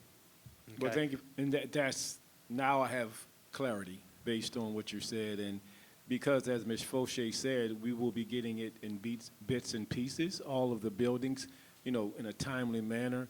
I'm just looking at 65, thinking 16, but we're not at 16. We're only at about a few of them going forward to say we are. That's correct. I mean, in the next round of negotiations, we're going to bring another 20 buildings in, but we're also going to revisit those first 16 as more information comes to light. And the example, I think the perfect example is the Pontchartrain Center, where we're saying, look, it's 4.9 million to mitigate it. They're saying, you can do it for 4 million. Okay, well, we can disagree. It doesn't matter. Pay me against the 4 million now so we can keep funding the project. Right. Okay?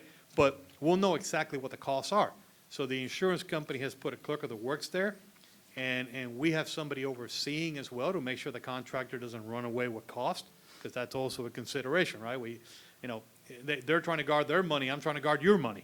So, but when it's all said and done, we'll know whatever the number comes out, that's it. That's the number they owe for, because we all have worked it together in agreements, okay? And that's the benefit of doing it that way from the beginning, rather than other things that were discussed. Thank you, sir. Thanks for the clarity. I really appreciate that, and look forward to working with you and your company and your Very welcome. men and Thank you. women in your company. Thank you, Mr. President. Thank you, Councilman. Anybody else? Yeah. Okay. Well, thank you all. Good evening. Thank you, sir. We appreciate you. That's it, Council President. Madam Clerk?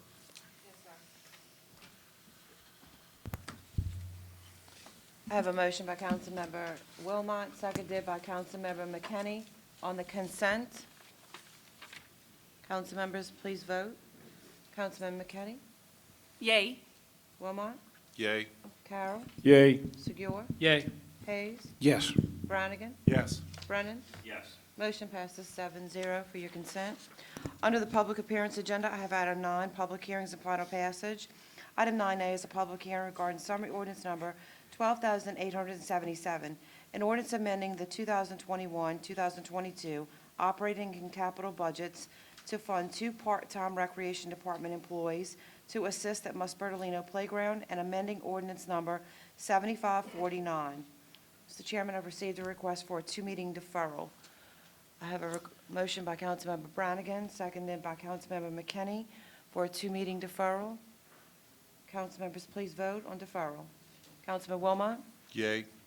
Carroll? Yay. Segura? Yay. Hayes? Yes. Brannigan? Yes. Brennan? Yes. McKinney? Yay. Motion passes 7-0. Item 9A is ordinances for the sale, purchase, transfer, lease, and/or alienation of a movable property. Have none. Item 10 is opening of bids. We have none. Item 11 is reclassification of zoning for final passage. We have none. Item 12 is other ordinances for final passage. We have none. Item 13 is resolutions and motions by council members. We have none. Item 14 is items removed from the consent agenda. We have none. Item 15 is acceptance of contracts and similar matters approved by the mayor.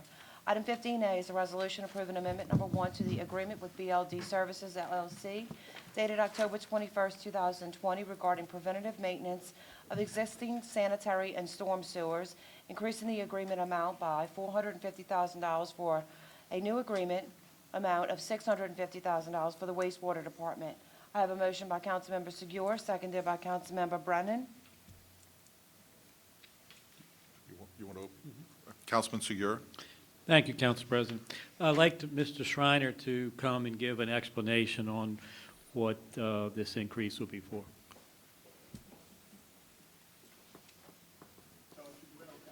Thank you.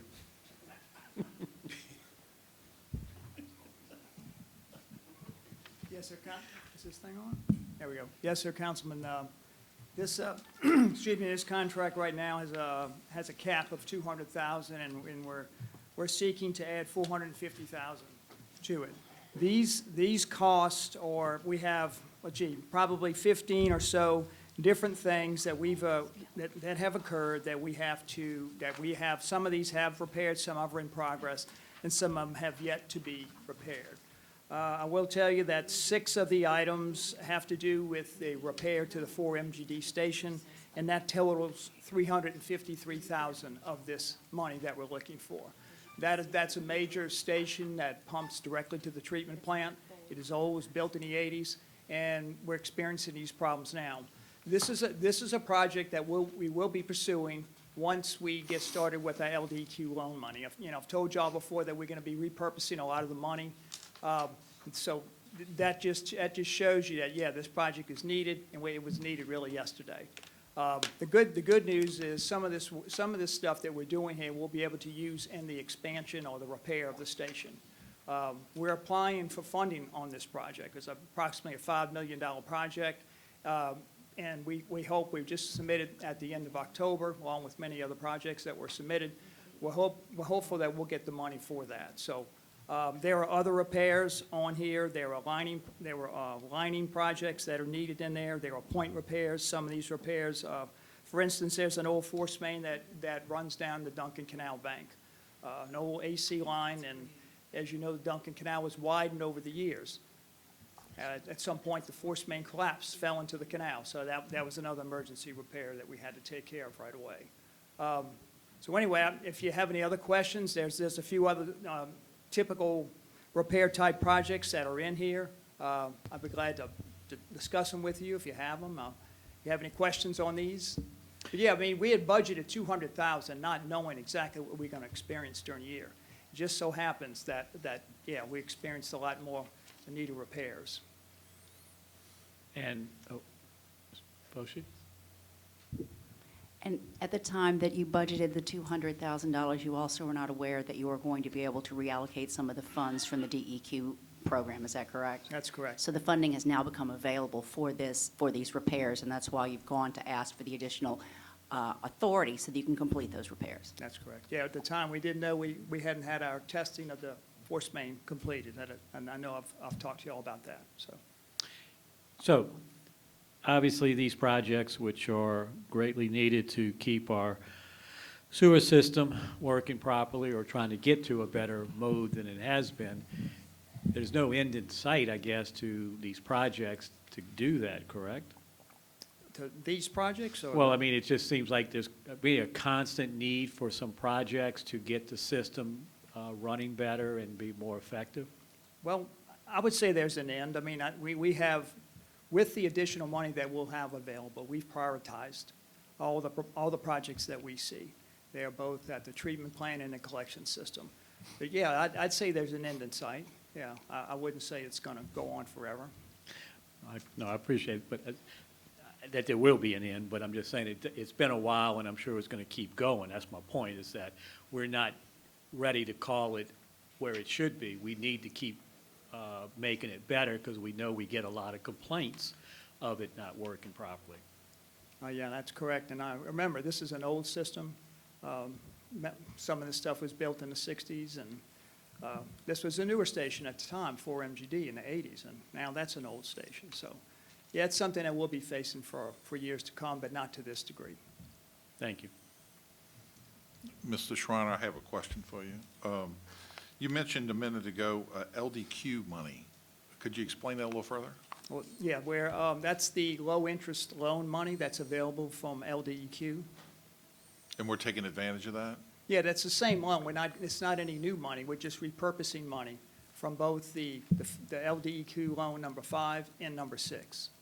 And how much is, what are we looking at doing with that? We're going to be doing additional projects. The ones you just described? Well, no, these are a lot of these are repair type projects, and there was one major one that I discussed, which was the 4MGD. There's the majority of the money that we're talking about needing is for that station. That station is also considered in the repurposing of the money from the LDEQ. We're having 2 funding sources that we're working with now, the LDEQ Loan 5 and number 6. The 4MGD station is one of those projects. Okay, and dealing with this, it's dealing with sanitary and storm sewers and so forth, so it's obviously things that we need. In your opinion, this amount of increase is necessary to complete these projects? Yes. Anybody else have a question? Councilwoman, you have the floor.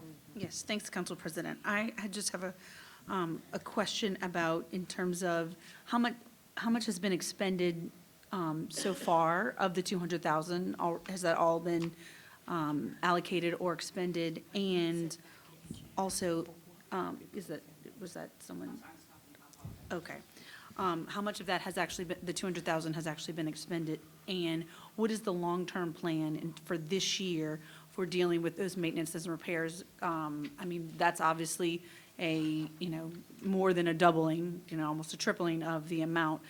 In terms of, do you anticipate additional projects? I mean, obviously, you don't know about breaks and repairs, but do you have an amount, like a contingency amount that is built into this 450? Or is that all allocated on future projects at this point? The increase that we're requesting right now is going to take care of things that we've already identified. That's where that number came from. There will possibly be more repairs needed. We're going to try to, whatever large repairs are needed, we're going to try to make a project out of it and handle it that way so that we can take advantage of the additional money that we have. Okay, so is it possible that you will come back and request more funding as well? It is possible, yes. Okay, and then so of the 200,000, has that all been allocated and expended? Most of it has, approximately 90%. Okay, so you said 9% or 90? 90? Okay, 90% 90%. is been used, yeah. Okay, thank you, I appreciate it. Anybody else have any questions of Mr. Schreiner? Nope. Oh, you have one? I got a question. Okay, if you will, Mr. Schreiner, let Mr. Al, if you will, name and address. Al Morella, 4260 East Loyola Drive, 5th District, 49 years. Now, I heard you say, Mr. Schreiner, you're going to apply for funding. My question to you is any of this damage done, is it storm-related? The reason I'm asking you this question is because we did have a problem with water pressure in our city. We did have a problem with lift stations in our city. And I want to know if any of this, with this project, is storm-related, and if so, can we be reimbursed by FEMA? What we're asking for now, right now, is not storm-related. Thank you. Okay. Anything further? Mr. Chairman, I I'm believe, staying up here to 16B. Mr. Chairman, I believe someone is up in the audience. Mr. Mr. Taft? Taft, do you have a question for Mr. Schreiner? Actually, it's not really a question as much as it is a comment. Greg Tapp, 3720 West Loyola Drive. Okay. My comment, my real comment is, and I brought this up before, is why are we not managing our assets so that we become proactive in identifying problems rather than waiting for something to break before we react? Because at that point, you're spending a lot more money than if you was proactively monitoring your systems, just like your buildings, just like anything, whether it be generators or what have you. There should be somebody managing those assets and somebody reporting, such as similar to what the fire department has. If something isn't running right, that it gets reported. The other thing is why we don't have people on staff that can handle some of these things rather than using a outside company, which we will pay more for that, where if we had employees in-house that did have the ability to fix these things, we could save a lot of money, because things like this is ongoing. They don't just disappear. You're always going to have something that's going to have to be repaired. And that's my comment, because once it breaks, you're paying more. And catching it early, you'll pay less. And if you're maintaining it as you go, you're going to pay less. Thank you, Mr. Taft. Mr. Shriner, would you like to comment? I would actually like to, because it's an overall Oh, operations, if you don't okay. mind. And Ms. Foshee, you're somebody's going more to think than I paid welcome. Mr. Teff to ask me this question, because this is one of my topics that I really like to get onto. Mr. Teff, when the city took over this system from Veolia, basically everything was broken. There had been no maintenance for a very, very long time. Part of the problem with that contract was that Veolia was supposed to maintain it, and then if they maintained it and then it broke, we paid for it. The problem is if you don't maintain it, eventually it breaks. So the city was required to pay for repairs, and there had been no maintenance for a long time. I don't think Hubert's here, but we literally just, for instance, vacuumed out, what is it, clarifier or something, hadn't been done in 30 years, 3-0. It had not been done. So one of the things that's going on right now is that we're still catching up. We did have, in connection with FEMA, because this is something that Mr. Al had asked about, in connection with both our FEMA claim and also our overall master plan, we sat down and said, okay, if we ever get caught up, which will happen, then what do we need to be doing on a yearly basis? Like these clarifiers or whatever that didn't get vacuumed for 30 years, like we need to take one down every year. Like every other year, they should all be done, that sort of thing. So when we look at this particular vendor, BLD, they're not coming in because we don't have enough people for maintenance. They handle things below, and I don't remember the depth, 6 feet, 8 feet? Below 8 feet, we don't have the actual heavy equipment to manage it. So 8 feet and up, our people actually handle it. But when you get below 8 feet, particularly on a lift station and that sort of thing, it takes a type of equipment that, because we would not use it as frequently, it makes more sense to hire an outside contractor. Even when Veolia had it, they still had BLD doing below 8 feet. So for us, I think the exciting part about this, I hate to say, yay, I'm excited, we're doing more repairs, but when we put in for 200, that's just all the money we could squeak out of the money we had to be able to make these kind of repairs. By looking at the DEQ loans, 5 and 6, there were certain items that have been placed in there that were very big ticket items, particularly one of the big force mains. And we did some testing. I say we, like I did it. The department did testing and concluded that we did not need to make that big expensive repair. We could make a more reasonable maintenance and then reallocate those funds. So really, when we're coming forward and saying we want 450,000 more, it's that we now have money to make more repairs. So this is not something necessarily that we didn't think about or we didn't plan for. It's more about being able to access more funding. You're going to be seeing more and more and more of this as time goes on, because as we identify those funds, we'll be able to put those to use. But I love the question, because I love the opportunity to be able to talk about how proactive this department is actually becoming. So thank you. Very good. Councilman Carroll? Thank you, Mr. President. Ms. Foshee, just so I'm able to calibrate the terms, when you say Veolia didn't maintain, I guess I've worked places. Does maintain mean preventive maintenance?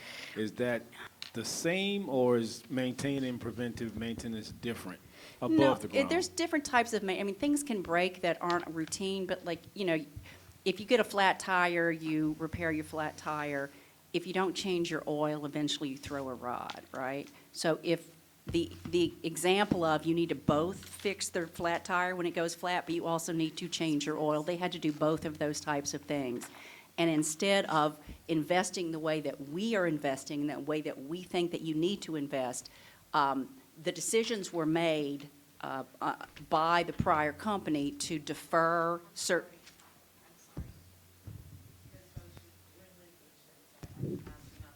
I can't comment anymore. No, so I'm just going to ask a question. Now, going forward, would preventive maintenance be part of our schedules to maintain equipment? Yes, but you have to fix it first, because once Fix it. something breaks, there's no amount of maintenance that will Right. keep it from. So So what- we're in the fixing, and then anything that gets fixed, we're maintaining. So for example, taking down somebody tell me what the thing is that we just vacuumed out after 30 years? Aeration basin should be cleaned out every other year, every 2 years, something like that. And we didn't do it for 30 years. Okay, we just did it. That's a fix. But now, under maintenance, we're going to be doing it every 2 years or whatever so that is scheduled maintenance. That's routine maintenance. And we will, as we fix things, then begin to put them in a maintenance schedule. Exactly. So maintenance, preventive maintenance schedule is potatoes. I got you. All right. Thank you. Thank you, Mr. President. Thank you. Anybody else? No others. Thank you, Mr. Shriner. Madam Clerk? Council members, please vote. Councilman Carroll. Yay. Segura. Yay. Hayes. Yes. Brannigan. Yes. Brennan. Yes. McKinney. Yay. Wilmot. Yay. Motion passes 7-0. Item 16 is ordinances and resolutions in summary for first reading. Item 16A is an ordinance authorizing the use of state contract number 4400022728 with Motorola Solutions Incorporated for the purchase of 12 Motorola APX 6700/800 model 2.5 portable radios and all necessary accessories and software for programming in an amount not to exceed $57,928.80 for the fire department. Item 16B is an ordinance approving amendment number 1 to the agreement with Polydyne Incorporated to provide polymer, which increases the agreement amount to $154,850 for the Department of Wastewater.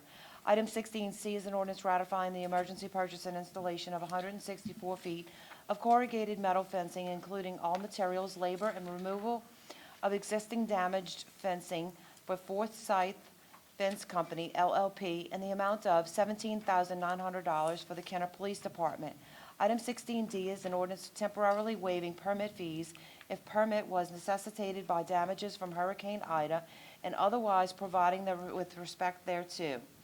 Item 16E is an ordinance amending Chapter 2 Administration to add Article 7 to the Kenner Code of Ordinances as per the ordinance contained herein.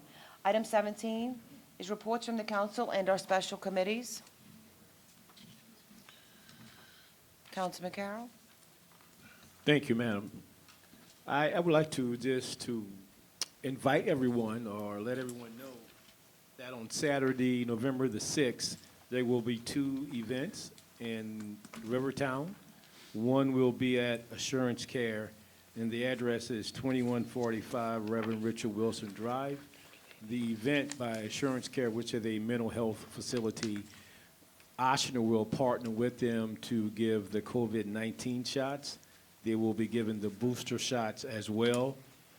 There will be food trucks, and there will be giveaways. So if you are interested in information on the COVID test or boosters, this is an opportunity to come out and receive it. The second event, which is literally across the street at the Pilgrim Baptist Church, and their hours will be from 11 until 1 p.m.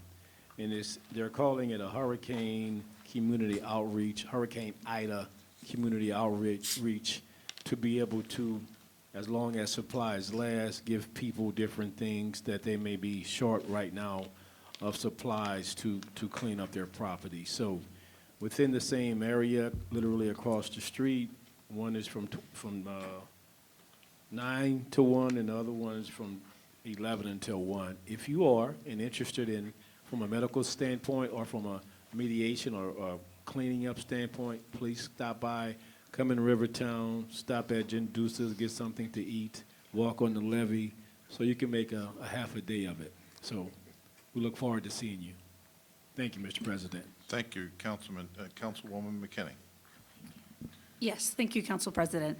I just want to say that, last week we had a great event here, the giveaway for candy, and I think that those type of events highlight our community and how we care for the kids. I also think, obviously Halloween was on Sunday, and there are so many great communities. I went trick-or-treating in South Lake this year, and there were just so many communities and so many neighborhoods that got together and really celebrated, despite the pandemic, despite Hurricane Ida and all the challenges of this time, is that really just highlight why Kenner is a really great place to live and a safe place for your children. I think that, going to South Lake, my mind was actually blown because there were so many, which is probably illegal, there were so many people parked on both sides of Loyola on the median that I didn't, obviously people came from outside of Kenner to go to trick or treat, so, and outside of the neighborhood. But I think that, and I just, I'm not going to talk too much longer, but I think that all of those things really highlight why people live in Kenner, why families live in Kenner, and why Kenner is a great place to live. for families, for, you know, people who just want to have a sense of community. So thank you for administration, thank you to council, and thank you for the residents of Kenner for making it truly a great place to live. Thank you, Councilwoman. And I'd like to just take this opportunity to wish a happy birthday to my colleague, Councilman Glenn Hayes. Happy birthday to you, sir.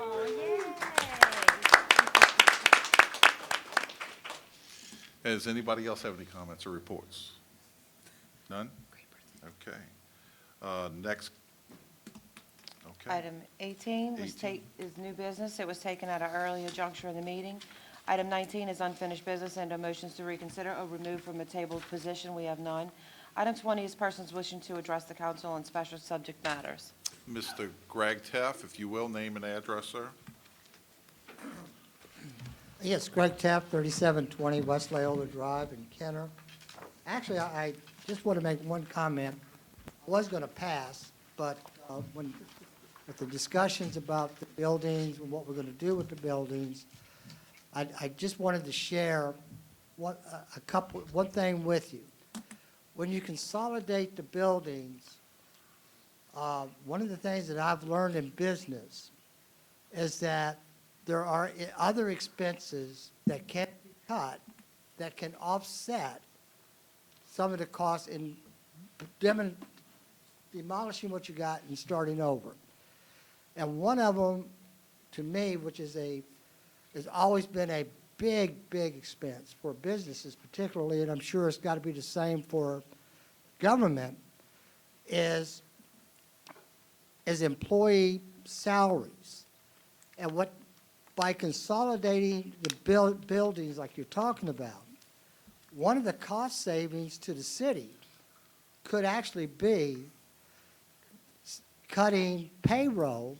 Not that I want anybody to lose their job, but it does allow you to cut payroll, because what you're doing, you eliminate redundant positions. Because if you got building A, for example, if you got building A a receptionist, building B a receptionist, building C a receptionist, but now you got one building, you just eliminated 2 positions, which helps your payroll. Now, I'm not advocating getting rid of people, but through attrition, what I am saying is that in business, because you don't let people go just because you made a different move, but in time, you could end up saving money that way. And I bring that up because there are other ways that you save money, because supplies is another way, and obviously utilities is another way. But it's just something that when you're looking at this, you need to go deeper than just making the demolition and building, because you could look down the road what your cost savings would be for the citizens of Kenner. Thank you. Thank you, Mr. Teff. Next, we have, I'm now eliminating jobs, please. okay. Mr. Al Morella, name and address. Al Morella, 4260 East Loyola Drive, 5th District, 49 years. I want to start, at the last council meeting during the discussions about the redistricting, a question was raised by some of the speakers about why we was losing population. Well, 2 things come to mind. After Katrina, we had the Redwood Apartments, where now it's a bunch of retail, which is fine. This was affordable housing, and some of the units were badly damaged, but some of them were untouched. Now, it was private property. The owner had every right to sell it, but 450 families were displaced that lived there. Some of them relocated to other districts. Some of them left Kenner altogether. Second thing, $1.2 billion airport terminal that's on unstable ground right now. Soil experts said it's going to have sinking problems as long as it's there. A lot of people were displaced out of District 1 because of that project. They could have added on to the existing building that's been there since 1948. They could have upgraded it, and nobody would have had to leave District 1. They could have still been there. And the entire trailer park was wiped out at the end of Veterans Highway. Nobody knows where all those people went. Now it's a parking lot for that terminal. Okay? Now, I want to commend the IT department. I want to commend Adam Campos and Michael Claus and all the other associates of ours in that department for a great job.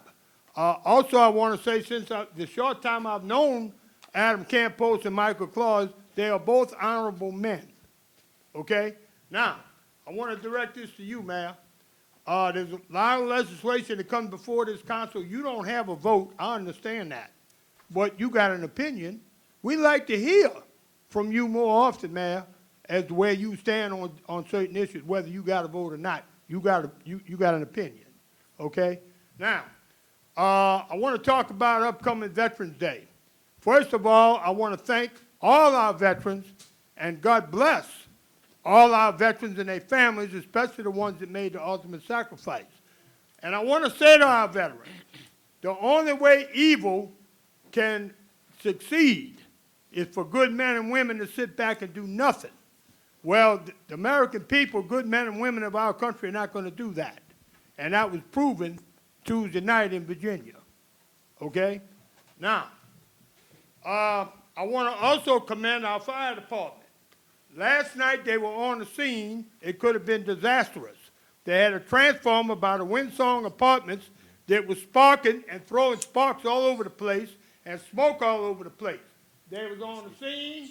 They prevented a tragedy from happening. Once again, I want to commend our firefighters first and our fire chief, Chief Morris. Now, anybody got any comments, any questions? Thank you. I have a comment. Oh, sure, go ahead, Councilman. Thank you, Mr. President. Mr. Al, thanks for the information, but I'm going to predate the information that you gave about the population in Kenner decreasing 25 to 30 years before that in South Kenner. Mm-hmm. A whole neighborhood, over 450 people had to leave District 1. Yes, that's right. So, it started 25, 30 years before what you mentioned. So Right. the absence of many family and friends of my own that I know did not stay in Kenner, they moved to other places. And not because they wanted to leave, but because they were pretty much forced out to Absolutely. leave because of the airport. And Absolutely, Councilman, I agree with you on that. So, And, I just talk about the two things that happened recently that come to mind. Yeah, this has been going on for quite some time. Right, so- At one point, Rivertown was just totally neglected altogether. I don't even think they was considered part of our city. They're more Hanson City. So, yeah, you're right, it goes way back. it goes way back. So Yes, I just sir, it wanted does. to, and most people like the chief and, Councilman Segura, all of us Kenner boys, South Kenner, that know, Yeah. we personally experience to literally know someone living on a street in a house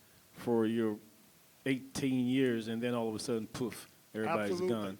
That is a personal and Yeah. an empathetic feeling that we all had about Yeah. District 1. It's still hold. Yeah. Thank you, Mr. President. Thank you. Anybody else? Thank you. Oh, do you have something, Councilman Yeah, Brown? now, the thing that drives cities and is a big part of getting younger families to come here are schools, and really good schools. And today, we were all at the ribbon cutting at Kenner Discovery School, and, St. Elizabeth is now Divine Mercy, at the other end of Joe Yenny. So when you start having, larger schools coming in, and trying to get as many businesses, hopefully that draws the younger families to our city. And so we're online with that. So Right. I think that hopefully the population starts to increase again, utilizing these facilities. And you're right, Councilman Brannigan, and what I'd like to see is all 5 districts flourish. All 5. Very good. Anybody else? Thank you, Mr. Allen. Thank you. Tom, excuse me, Oh. Councilman Wilmot. Yes. And to Go ahead. further what Councilman Brannigan said, yes, it was a great place to be today. And it was interesting to hear not only the number of students at Kenner Discovery, but their waiting list is in excess, about 20, a little over 2,000 people, they said. So hopefully, as that school continues to grow, so does Divine Mercy and the other schools, as well as the city and people moving to Kenner. Thank you. Thank you, Councilman. Ms. Johanna Lay? Name and address? Johanna Lake, 4212 Connecticut Avenue. I represent Beachview Heights. There are a couple of us here today, and they would like to speak also. We have several issues. First, I'd like to commend the storm pickup. It was exceptional once they got started. Took a little bit, but eventually. I don't know what's going on. I've had several phone calls from my neighbors. Most phone calls that I send to city council and department offices are not answered. Most emails go unanswered. EOC calls, no action, no reply. Online complaints, that's a joke. I followed that, tried to do it for months. I've gotten no replies, and I've gotten no action.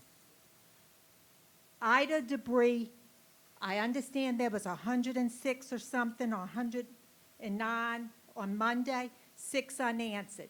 One must be mine, because I never got confirmation that my email ever went through. But I'm calling for an 88-year-old neighbor who has debris out there. Promises and requests, no action. I can give you 2 dates on meetings in the last 8 months that I had promises, not just me, but people from Beachview Heights. Nothing's been done, nothing. Requests are made, they go unanswered. I got told at a June 15 meeting, all these things that would happen. When I called code to see if they were taken care of, oh, this person's out. Nobody returns my calls from code. When I did get a call back, eventually, after several phone calls, I get told, we can't answer that, call legal. We can't answer that, call legal. On 3 items that I was given specifics at a June 15th meeting. Why can't I call legal? She can't tell me anything. Right now, they have picked up the debris at these apartments between 42nd Street, Vintage, Florida, Alabama. Picked it up at least twice that I've seen with my own eyes. These people will talk later. They are throwing out continuously. There's no way you can be ready by Monday, finished with those apartments, because it's a disgrace. It's like living, I won't go there. And this is not just since the storm. Many of y'all know we've been complaining way before the storm. That's why I'm involved with Beachview Heights. It goes back 10 years ago when we got started on these apartments. Dead cars. I was told they were trying to figure out what they were going to do with them. There's 20-something of them was counted. Were they ever towed? Don't know. I get told legal can't tell me that. No parking signs put up. They still park out there. They don't ticket. If they are ticketing, you know what they do? They pick their car up and they move it on top of their grass next to their apartments. Ms. Lay, I'm going to have to ask you to wrap it up because Okay. you're at your time. I'd like to know where is code. There's no site. I don't see him. None of my neighbors sees code. All I'm saying is that if the residents did this, we would be cited. Thank you. Thank you. Would you like to respond, Mayor? I mean, I can respond. I was going to wait for the other residents, which actually happen to be my neighbors. So I see it. Okay. I can say a few things right now. Sure. Myself and Chad Pitfield have, and of course, other residents are going to speak. Like I said, my other neighbors. I see it. We've already arranged for tomorrow. I know the pickup day, obviously, because it's my pickup day. We already have IV coming out there tomorrow, probably with the boom truck or an extra truck, just to service 42nd Street is what she's talking about, which I've talked to Johanna about before, and also, I believe it's Alabama, those apartment complexes. She's obviously talking about the apartment complexes, which it continues to be a problem. Look, I've told this council before, probably one-on-one or maybe even at a council meeting, you all need to look at some type of ordinance for anything over, 2 apartments, anything over a duplex, to go to some type of dumpster system. I have said that before, maybe not to you, Councilman Wilmot, but I know I've had the discussion with a former Beachview resident, Christy McKinney, and also the district councilman. y'all probably need to look at that citywide, because it's not just in my neighborhood, it's not just in their neighborhood. It's citywide that we're having that problem. If you went to some type of a dumpster system on our property, on our right-of-way, they would be compelled to have to go to the dumpster.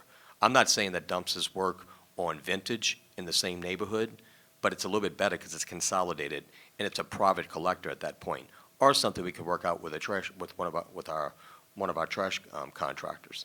So that's some things I think we should look at. But just so my neighbors, residents of Beachview know, it will be picked up tomorrow because it's already been arranged. I see it, guys. I take that way most days to get in and out of my subdivision. So if I'm not leaving that way, I'm coming home that way. So I do see it too, but it's already been arranged. I will have code. I will get with the district councilman. We will arrange a code sweep. I'm not going to give the day because you don't want to give a day for a code sweep. It's the, element of surprise with a code sweep. We'll arrange that for some time in the near future. But just so you know, the majority of that trash is going to be picked up tomorrow. It doesn't happen quickly, and it needs to build a little bit, and we've let it build. When the Pradats called me, or I stopped by their house not too long ago, I believe within 2 days, the initial stuff was picked up. So this administration, I know the district councilman, we get on it when we get the calls, but it's not, my code department is not just for Beachview. So we have a big city, and we've been having to get to other areas that are just as much of an impact with some apartment complexes. Thank you, Mayor. No problem. Next, we have Mr. Charles Roby. Your name and address? My name is Charles Roby. My address is 4200 Connecticut Avenue. And my complaint is, kind of just like the mayor said, on 42nd Street is a disaster. That's right. Let me tell you, they got trash bags. They don't put the garbage in the trash bag, the garbage, in the dumpster. I mean, they don't put it there. What they do is they got their children, got these black bags, they drag them on the sidewalk, put them out there in the street, and just leave them there. I opened my garage up one morning, 2 big old rats in the garbage can, at least in a bag. Run across my yard and hop over the neighbor fence. Down the street from me, they got this blue apartment down there. These people had a refrigerator. You can see the food in the refrigerator. And I'm a living witness to that. They had about 6 or 7 rats in that refrigerator. And they did move the refrigerator, but let me tell you something, they're still throwing the bags out there. I mean, the neighborhood is going to be a rat-infested place if somebody don't do something about it. Boy, to me, I look at it like this. Y'all need to quit giving the landlord a bypass. Y'all need to quit that. Because to me, it's the landlord's fault. Because the landlord is the one should control his property. I control my property. If my grass get 3 feet high, you know what you're going to do? You're going to give me a citation. You don't do nothing to the landlord. Because one of the landlords talked to me, called me from across the street, because I know she owned the apartment, because she told me she owned it. Asking me to tell the garbage man to pick up the bags off the, off the sidewalk there. And right side that landlord, they had 2 garbage cans there empty. And she didn't never pick that trash up and put it there. She left the trash on the ground down there. And know what that trash do? It blow all in the street, all in my yard. I got to get up and get the trash out of my yard. But you need to quit giving these landlords a pat on the back, because they're the one that caused this problem that you have. I don't know if that's your friends or whatever it is, but ever what these people is, them the people that y'all need to get on. And I don't see nobody trying to do nothing with the landlords. From William Boulevard all the way down to Alabama, it looked like a disaster area down there.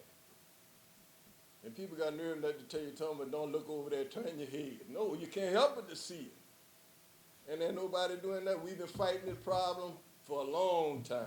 And we still fighting the same problem.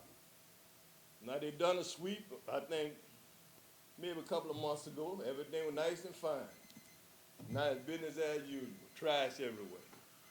So the only thing I say, you need to quit giving these landlords a pat on the back and start working for the people. The voters, that's who you need to do, because the voters sure ain't satisfied what's going on. That's all I gotta say. Thank you, Mr. Roby. Council President, Yes, sir. I totally agree with him. When you, even after IV picks up, and if they put everything in the garbage cans, which they don't, you got a picture, like he said, from Williams Boulevard to Alabama, nothing but garbage cans, that stay out. Most neighborhoods pick it up and bring those garbage cans in. Because this is such a long stretch, this is probably one of the worst areas of District 3 at least. At one time, it was Martinique. That seems to have gotten under control. But this area being so long, it's like at least 100 garbage cans, if not more, that they have to look at every day. Again, I'll say it publicly now, to do something with our waste provider, that waste collector, that you all look at, and maybe this is something for the two at-larges, citywide, anything over a duplex has got to have a dumpster, and we pull those garbage cans, because it is an unsightly mess that they have to look at. Right now, what they're dealing with is not even using the garbage cans most of the time. Well, they fill the garbage cans up totally, and then they throw on the floor, on the ground. So this is something the council has got to, Mr. Morella said he wants my opinion more. I'll give you my opinion on this. Y'all have got to act on it. Y'all have got to act on this, and this is something citywide, because this is consistent in District 3 at least, but I think it's other areas too. I mean, Councilman Brannigan, you probably had this problem on Vouray. It's a consistent issue on any large not large apartment complex. Larger apartment complexes have dumpsters. That's why. This, you need to look at, anything over a duplex needs to have this. So this is something the administration can't do except stay on it, make the calls to IV, get code out there. But again, it's a big city, so I can't just stay on 42nd Street. I've got to get them all over the place. Each and every one of you all have a problem for code, have a problem that code needs to respond to. I can't have them every place. And look, there's, there's staffing issues right now too, ever since COVID and now with Ida. So enacting legislation to look at pulling garbage cans from these apartment complexes and going to a dumpster like First Lake does, like Tonti does, why aren't y'all doing that? That's something I think the people are disgusted with at this point. I appreciate your comments, Mayor, and it sounds like something that we may need to do and get together with legal and discuss it further, because this is somewhat new to me. I haven't heard much of this, but I'm hearing it loud and clear right now. Look, I'm not blaming you because I didn't have that discussion with you, but I can tell you Right. this. To me, when I left District 3 back in 2012, I worked very closely with then code director, now my community development director, Tamithia Shaw. There's probably something on the books in the legal department that addressed this very issue. I left. What the next councilman did or didn't do is not my issue. But now that I'm back, I'm telling you, this is something that needs to be addressed now. So it may be somewhere in legal under Tamithia Shaw. And there could be some other alternatives we need to look at too, but it's just, I would like to meet with legal and discuss things Oh, further. absolutely. I'm just and find more throwing it out there. information, sure. Yeah, I mean, look, my administration's here to help you as much as we can on it. No problem, Council President, and I'll also have somebody from Code, and we can have a meeting next week, so we have a meeting of the minds as well, in terms of enforcement. Sure. Sure. Councilman Hayes? Everything everybody's saying is totally true. Turn it on. There you go. 42nd Street's probably the worst street we have in the city. I do admit we lost, we used to talk personally almost every week about the code situation. We've had hiccups in code recently. Ida has not helped what we're doing. It's not an excuse. Everybody's running in different directions right now. We're sitting in a facility that is probably temporary, but who knows how long. We identified 28 cars that was not movable. Tires were flat. Wrecks, totally wrecks. At one time, we had legal advice saying we couldn't tow private cars. We have a different legal situation right now. We will be investigating this. We've had meetings, many meetings, one at my house, where we have now identified who the owners are. in-city, in-state, out-of-state. So at least now we know what we're dealing with. We had somebody in code that had a notebook by address, exactly what was happening. We've lost that now. So it's time to get back on. The mayor has talked to me many times about having a dumpster. My feeling is, honestly, I've seen dumpsters that have more trash outside of the dumpsters than have inside the dumpsters. But we can try that. There's no question about it. We went with double parking, tried to eliminate that, because the garbage company said, we can't even get a truck in there anymore because of the garbage cans that are out there in the middle of the street, full, and because there's no room to park if you do have people parking double on the street. There was supposed to be somebody here tonight, called me today, complaining that she's against the double parking. Actually paid a ticket, and they told them when she was paying the ticket this week to contact me. We need to get back on it. I admit, since Ida, we have not had the emphasis. We have not talked since Ida, and there's a lot we have to do. I do have a question about the dumpsters. I don't know if that is the answer. The mayor feels differently. We've had discussions about that. Parking on the grass, it's continual. So we need to get with the new people in code. We have to identify who's doing what. I requested that we have the same code officer assigned to that area. At one time, it was happening. I honestly don't know who the code officer is right now. I take full responsibility for everything we said. But we all know it's a culture situation. And without without total emphasis in terms of especially the out-of-town owners, there's nothing that we're going to be able to do. But at least now we've identified them, so now we can work with the new people in legal to try to solve what we need to do. Johanna, you know we haven't talked in 2 months, and I think a lot has to do with Ida. So, you know, we've all been going in different directions, but y'all are totally true. I have nothing but total empathy on the homeowners there because, again, now they're parking on the side streets. You know, I hear complaints about that.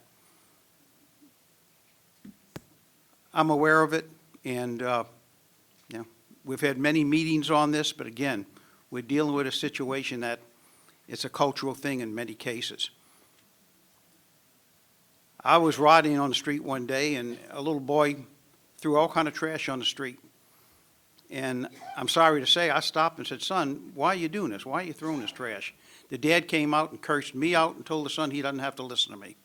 That's the kind of stuff we're dealing with. So, again, we're aware of it. It's not something we're going to cure overnight. I know it's frustrating to you. I had somebody call me the other day, and he was cursed out by the person parking in front of his house. He told me he was going to leave. He was going to move. He might be here tonight, I don't know. But it's a tough situation. Whoever built those apartments in the middle of a residential area ought to be horsewhipped. I apologize to you all, but again, we're going to get back on it. Thank you. Thank you, Councilman. Councilman Brannigan.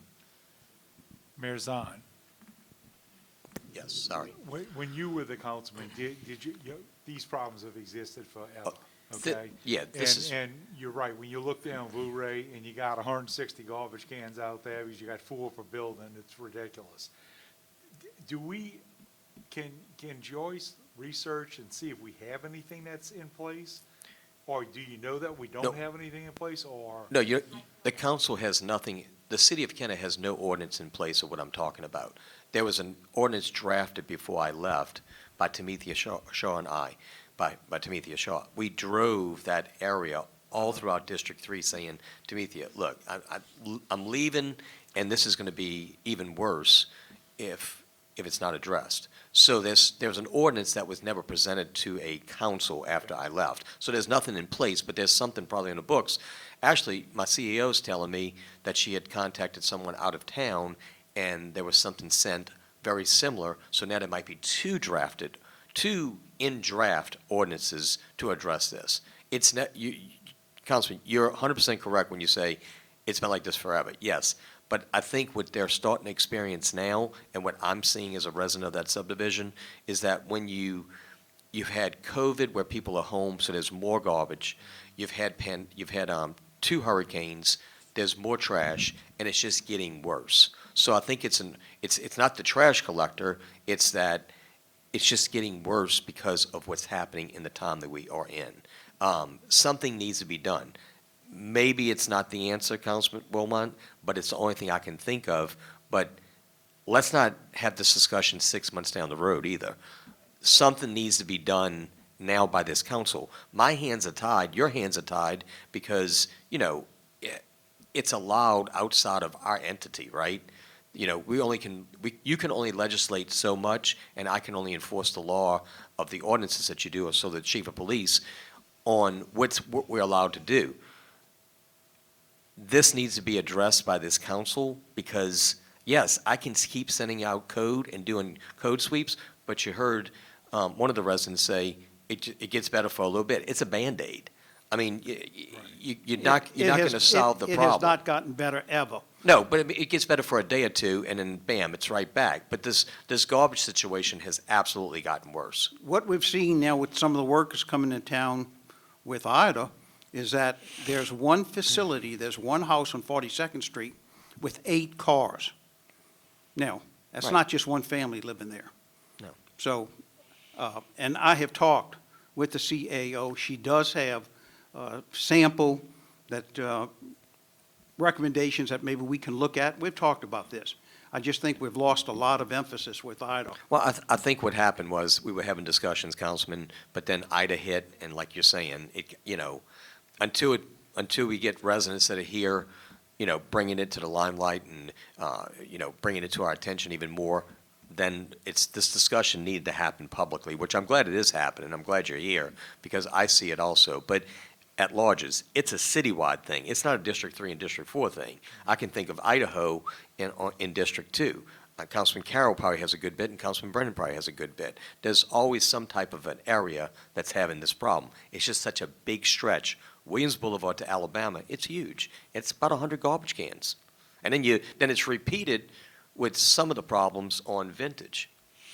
Now, Vintage has some dumpsters too, so that helps a little bit. And you're right. I think somebody said that, you, Councilman Hayes, may have said, it just becomes a problem by the dumpster. Yeah, but it's a consolidated problem. It's a consolidated problem that's much easier for code to go and deal with, or for IV waste to extract. When you got to extract it off the ground, it's kind of tough. And believe me, cats and possums and everything gets into it. This week, we will get on this again. And I think really, unless we have legislation holding these landlords responsible, nothing will ever get done. And a lot of those properties right now, they have a lot of damage from Ida that you see when you ride by. So I take full responsibility. Something will be done, and I thank you all, because I wouldn't live where you all are living. I really wouldn't. It's that bad. And it's a shame that renters are destroying neighborhoods like that. And that's a blanket statement, but I think the landlords have a lot to do with it. And as far as removing cars, we are going to try to work with legal. We were told, again, by legal, we couldn't get in there and do anything with a private vehicle. I think we have to look at that and try to do something with it. But in all fairness to the mayor and administration, the question on dumpsters has come in. I think we've improved a little bit by putting no stop signs. They should be given tickets. They really should be. In fact, we had 2 signs turned the wrong way, and they kept giving tickets. And I had to talk to the police chief about that. It was our fault. We had to change the signs. But again, thank you all for being here tonight, and I promise you, we will be on the phone with you this week coming up. Councilman Hayes, I will call you tomorrow, and we can start drafting that legislation for whatever you want to do with the dumpster, and we can talk further a little bit about the car issue. They're 2 separate issues. They are. There's a lot of issues. Yes, sir. Yeah. So we can get it on next week's agenda, the next council meeting's agenda if you need to. This gentleman standing up here to talk to us right now, Yeah, he found bullet casings right outside of his front door. And I wanted to see if we can possibly have a meeting, Ms. Sala, as far as this is concerned, and I think we'll talk more after this meeting and Yes, try sir. and organize that so we can have something sooner rather than later. I And agree. that way we can look at the dumpster issue as well as possibly alternatives, and maybe get some more data for us, the ones who don't have that information at this point. But I hear everybody loud and clear. I think something needs to be resolved with this. So next we have Mr. Erwin Pradat. Yes, sir. If you will, name and address. Erwin Pradat, 4200 California Avenue. Your microphone's not working. Yeah, talking to it, tap it.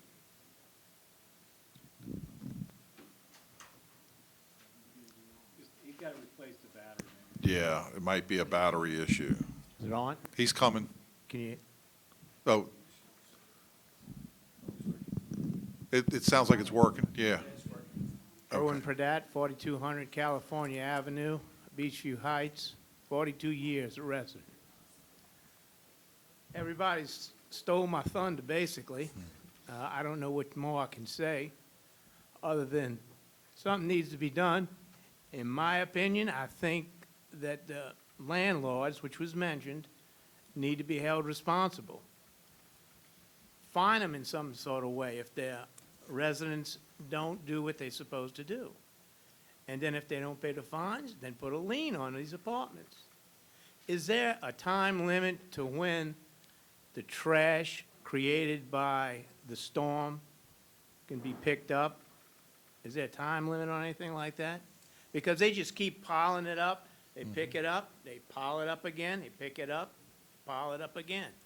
As was mentioned earlier, a refrigerator with food stood out probably three weeks to a month with food in it. That's how lazy these people are. It's got to cause health issues, got to. Fortunately, it was picked up. The last pickup that came through, they picked it up. I know if a code sweep would go through there now, they would condemn half of those buildings. In particular, 1721 42nd Street and 1719. Those two apartment buildings are in sad shape. And that apartment 1721 was involved in a drive-by shooting some months ago. And that's where the shell casings were, in my front yard, in the street. So we need help. We need some serious help on that street. And you're the only guys that can do it. Make the landlords hold their nose to the grindstone and make them responsible.